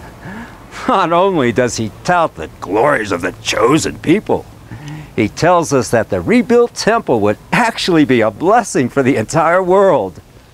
You know, we're called a kingdom of priests and a holy people, the chosen people. Now, not everyone is comfortable with that appellation. I woke up one morning and there it was. I didn't fill out a form. It doesn't mean that we're the best pediatricians and Wall Street brokers and film producers. We happen to be that also, but that might be a coincidence. This is what we're promised when the Holy Temple is built, that it will once again become the focal point of the spiritual energy of mankind. How could a bunch of dead lambs with their throats slit by a people with a superiority complex be a blessing for the world? It would be more like stink and rot, not spiritual energy. But behold the Lamb of God who takes away the sin of the world, declared St. John the Baptist. The real Messiah has come, the Lord Jesus Christ, and with him the new priesthood after the order of Melchizedek has been established in the church, the Israel of God. I just want to highlight one point here for those of you scholars who like to do research. If you check up all the figures of Ezekiel's temple, now it can't be a physical temple because the figures of the wall made the wall smaller than the temple itself. So the wall will have to be going through the temple. In the Bible, a wall symbolizes the law of God. So it means that the law of God must be in the spiritual world, the temple which is the church. So that clearly shows that that temple symbolizes the church, and not a literal temple, or else it was going to have a smaller wall in the temple, go down the temple. Amen. But that clearly shows, in closing, they will not be able to rebuild their temple. The real issue is an issue over the beast and his image. It is an issue over Protestant evangelicals losing a sense of the real Messiah and therefore adopting the papacy of this Messiah that they can work in behalf of the papacy. What do you say? That's the real issue. That's what we faced when we saw this happening recently. But it shows us how late time is and how we are close to the end. Amen, brother? So, may God add his blessings upon you as you recognize these important facts, the scriptures we looked at. You look at it personally and look at more for your own development. Okay, my dear brother? So please let's start. But in the meanwhile, you all have seen, you all have heard, and you know where we stand. What do you say? Please let us pray. Thank you, loving Father, for your grace and kindness towards us, for your blessings towards us, and for the great light of truth that you have shown us. May we humble ourselves and learn the truth, and may your name be glorified in all that we say and do. Keep us from the false Messiah, and help us to understand the real issues that are taking place, and to prepare for the end, which is swiftly coming. These blessings we ask of you, and thank you for hearing us and blessing us through the truth of Jesus Christ, the plan of salvation. Amen.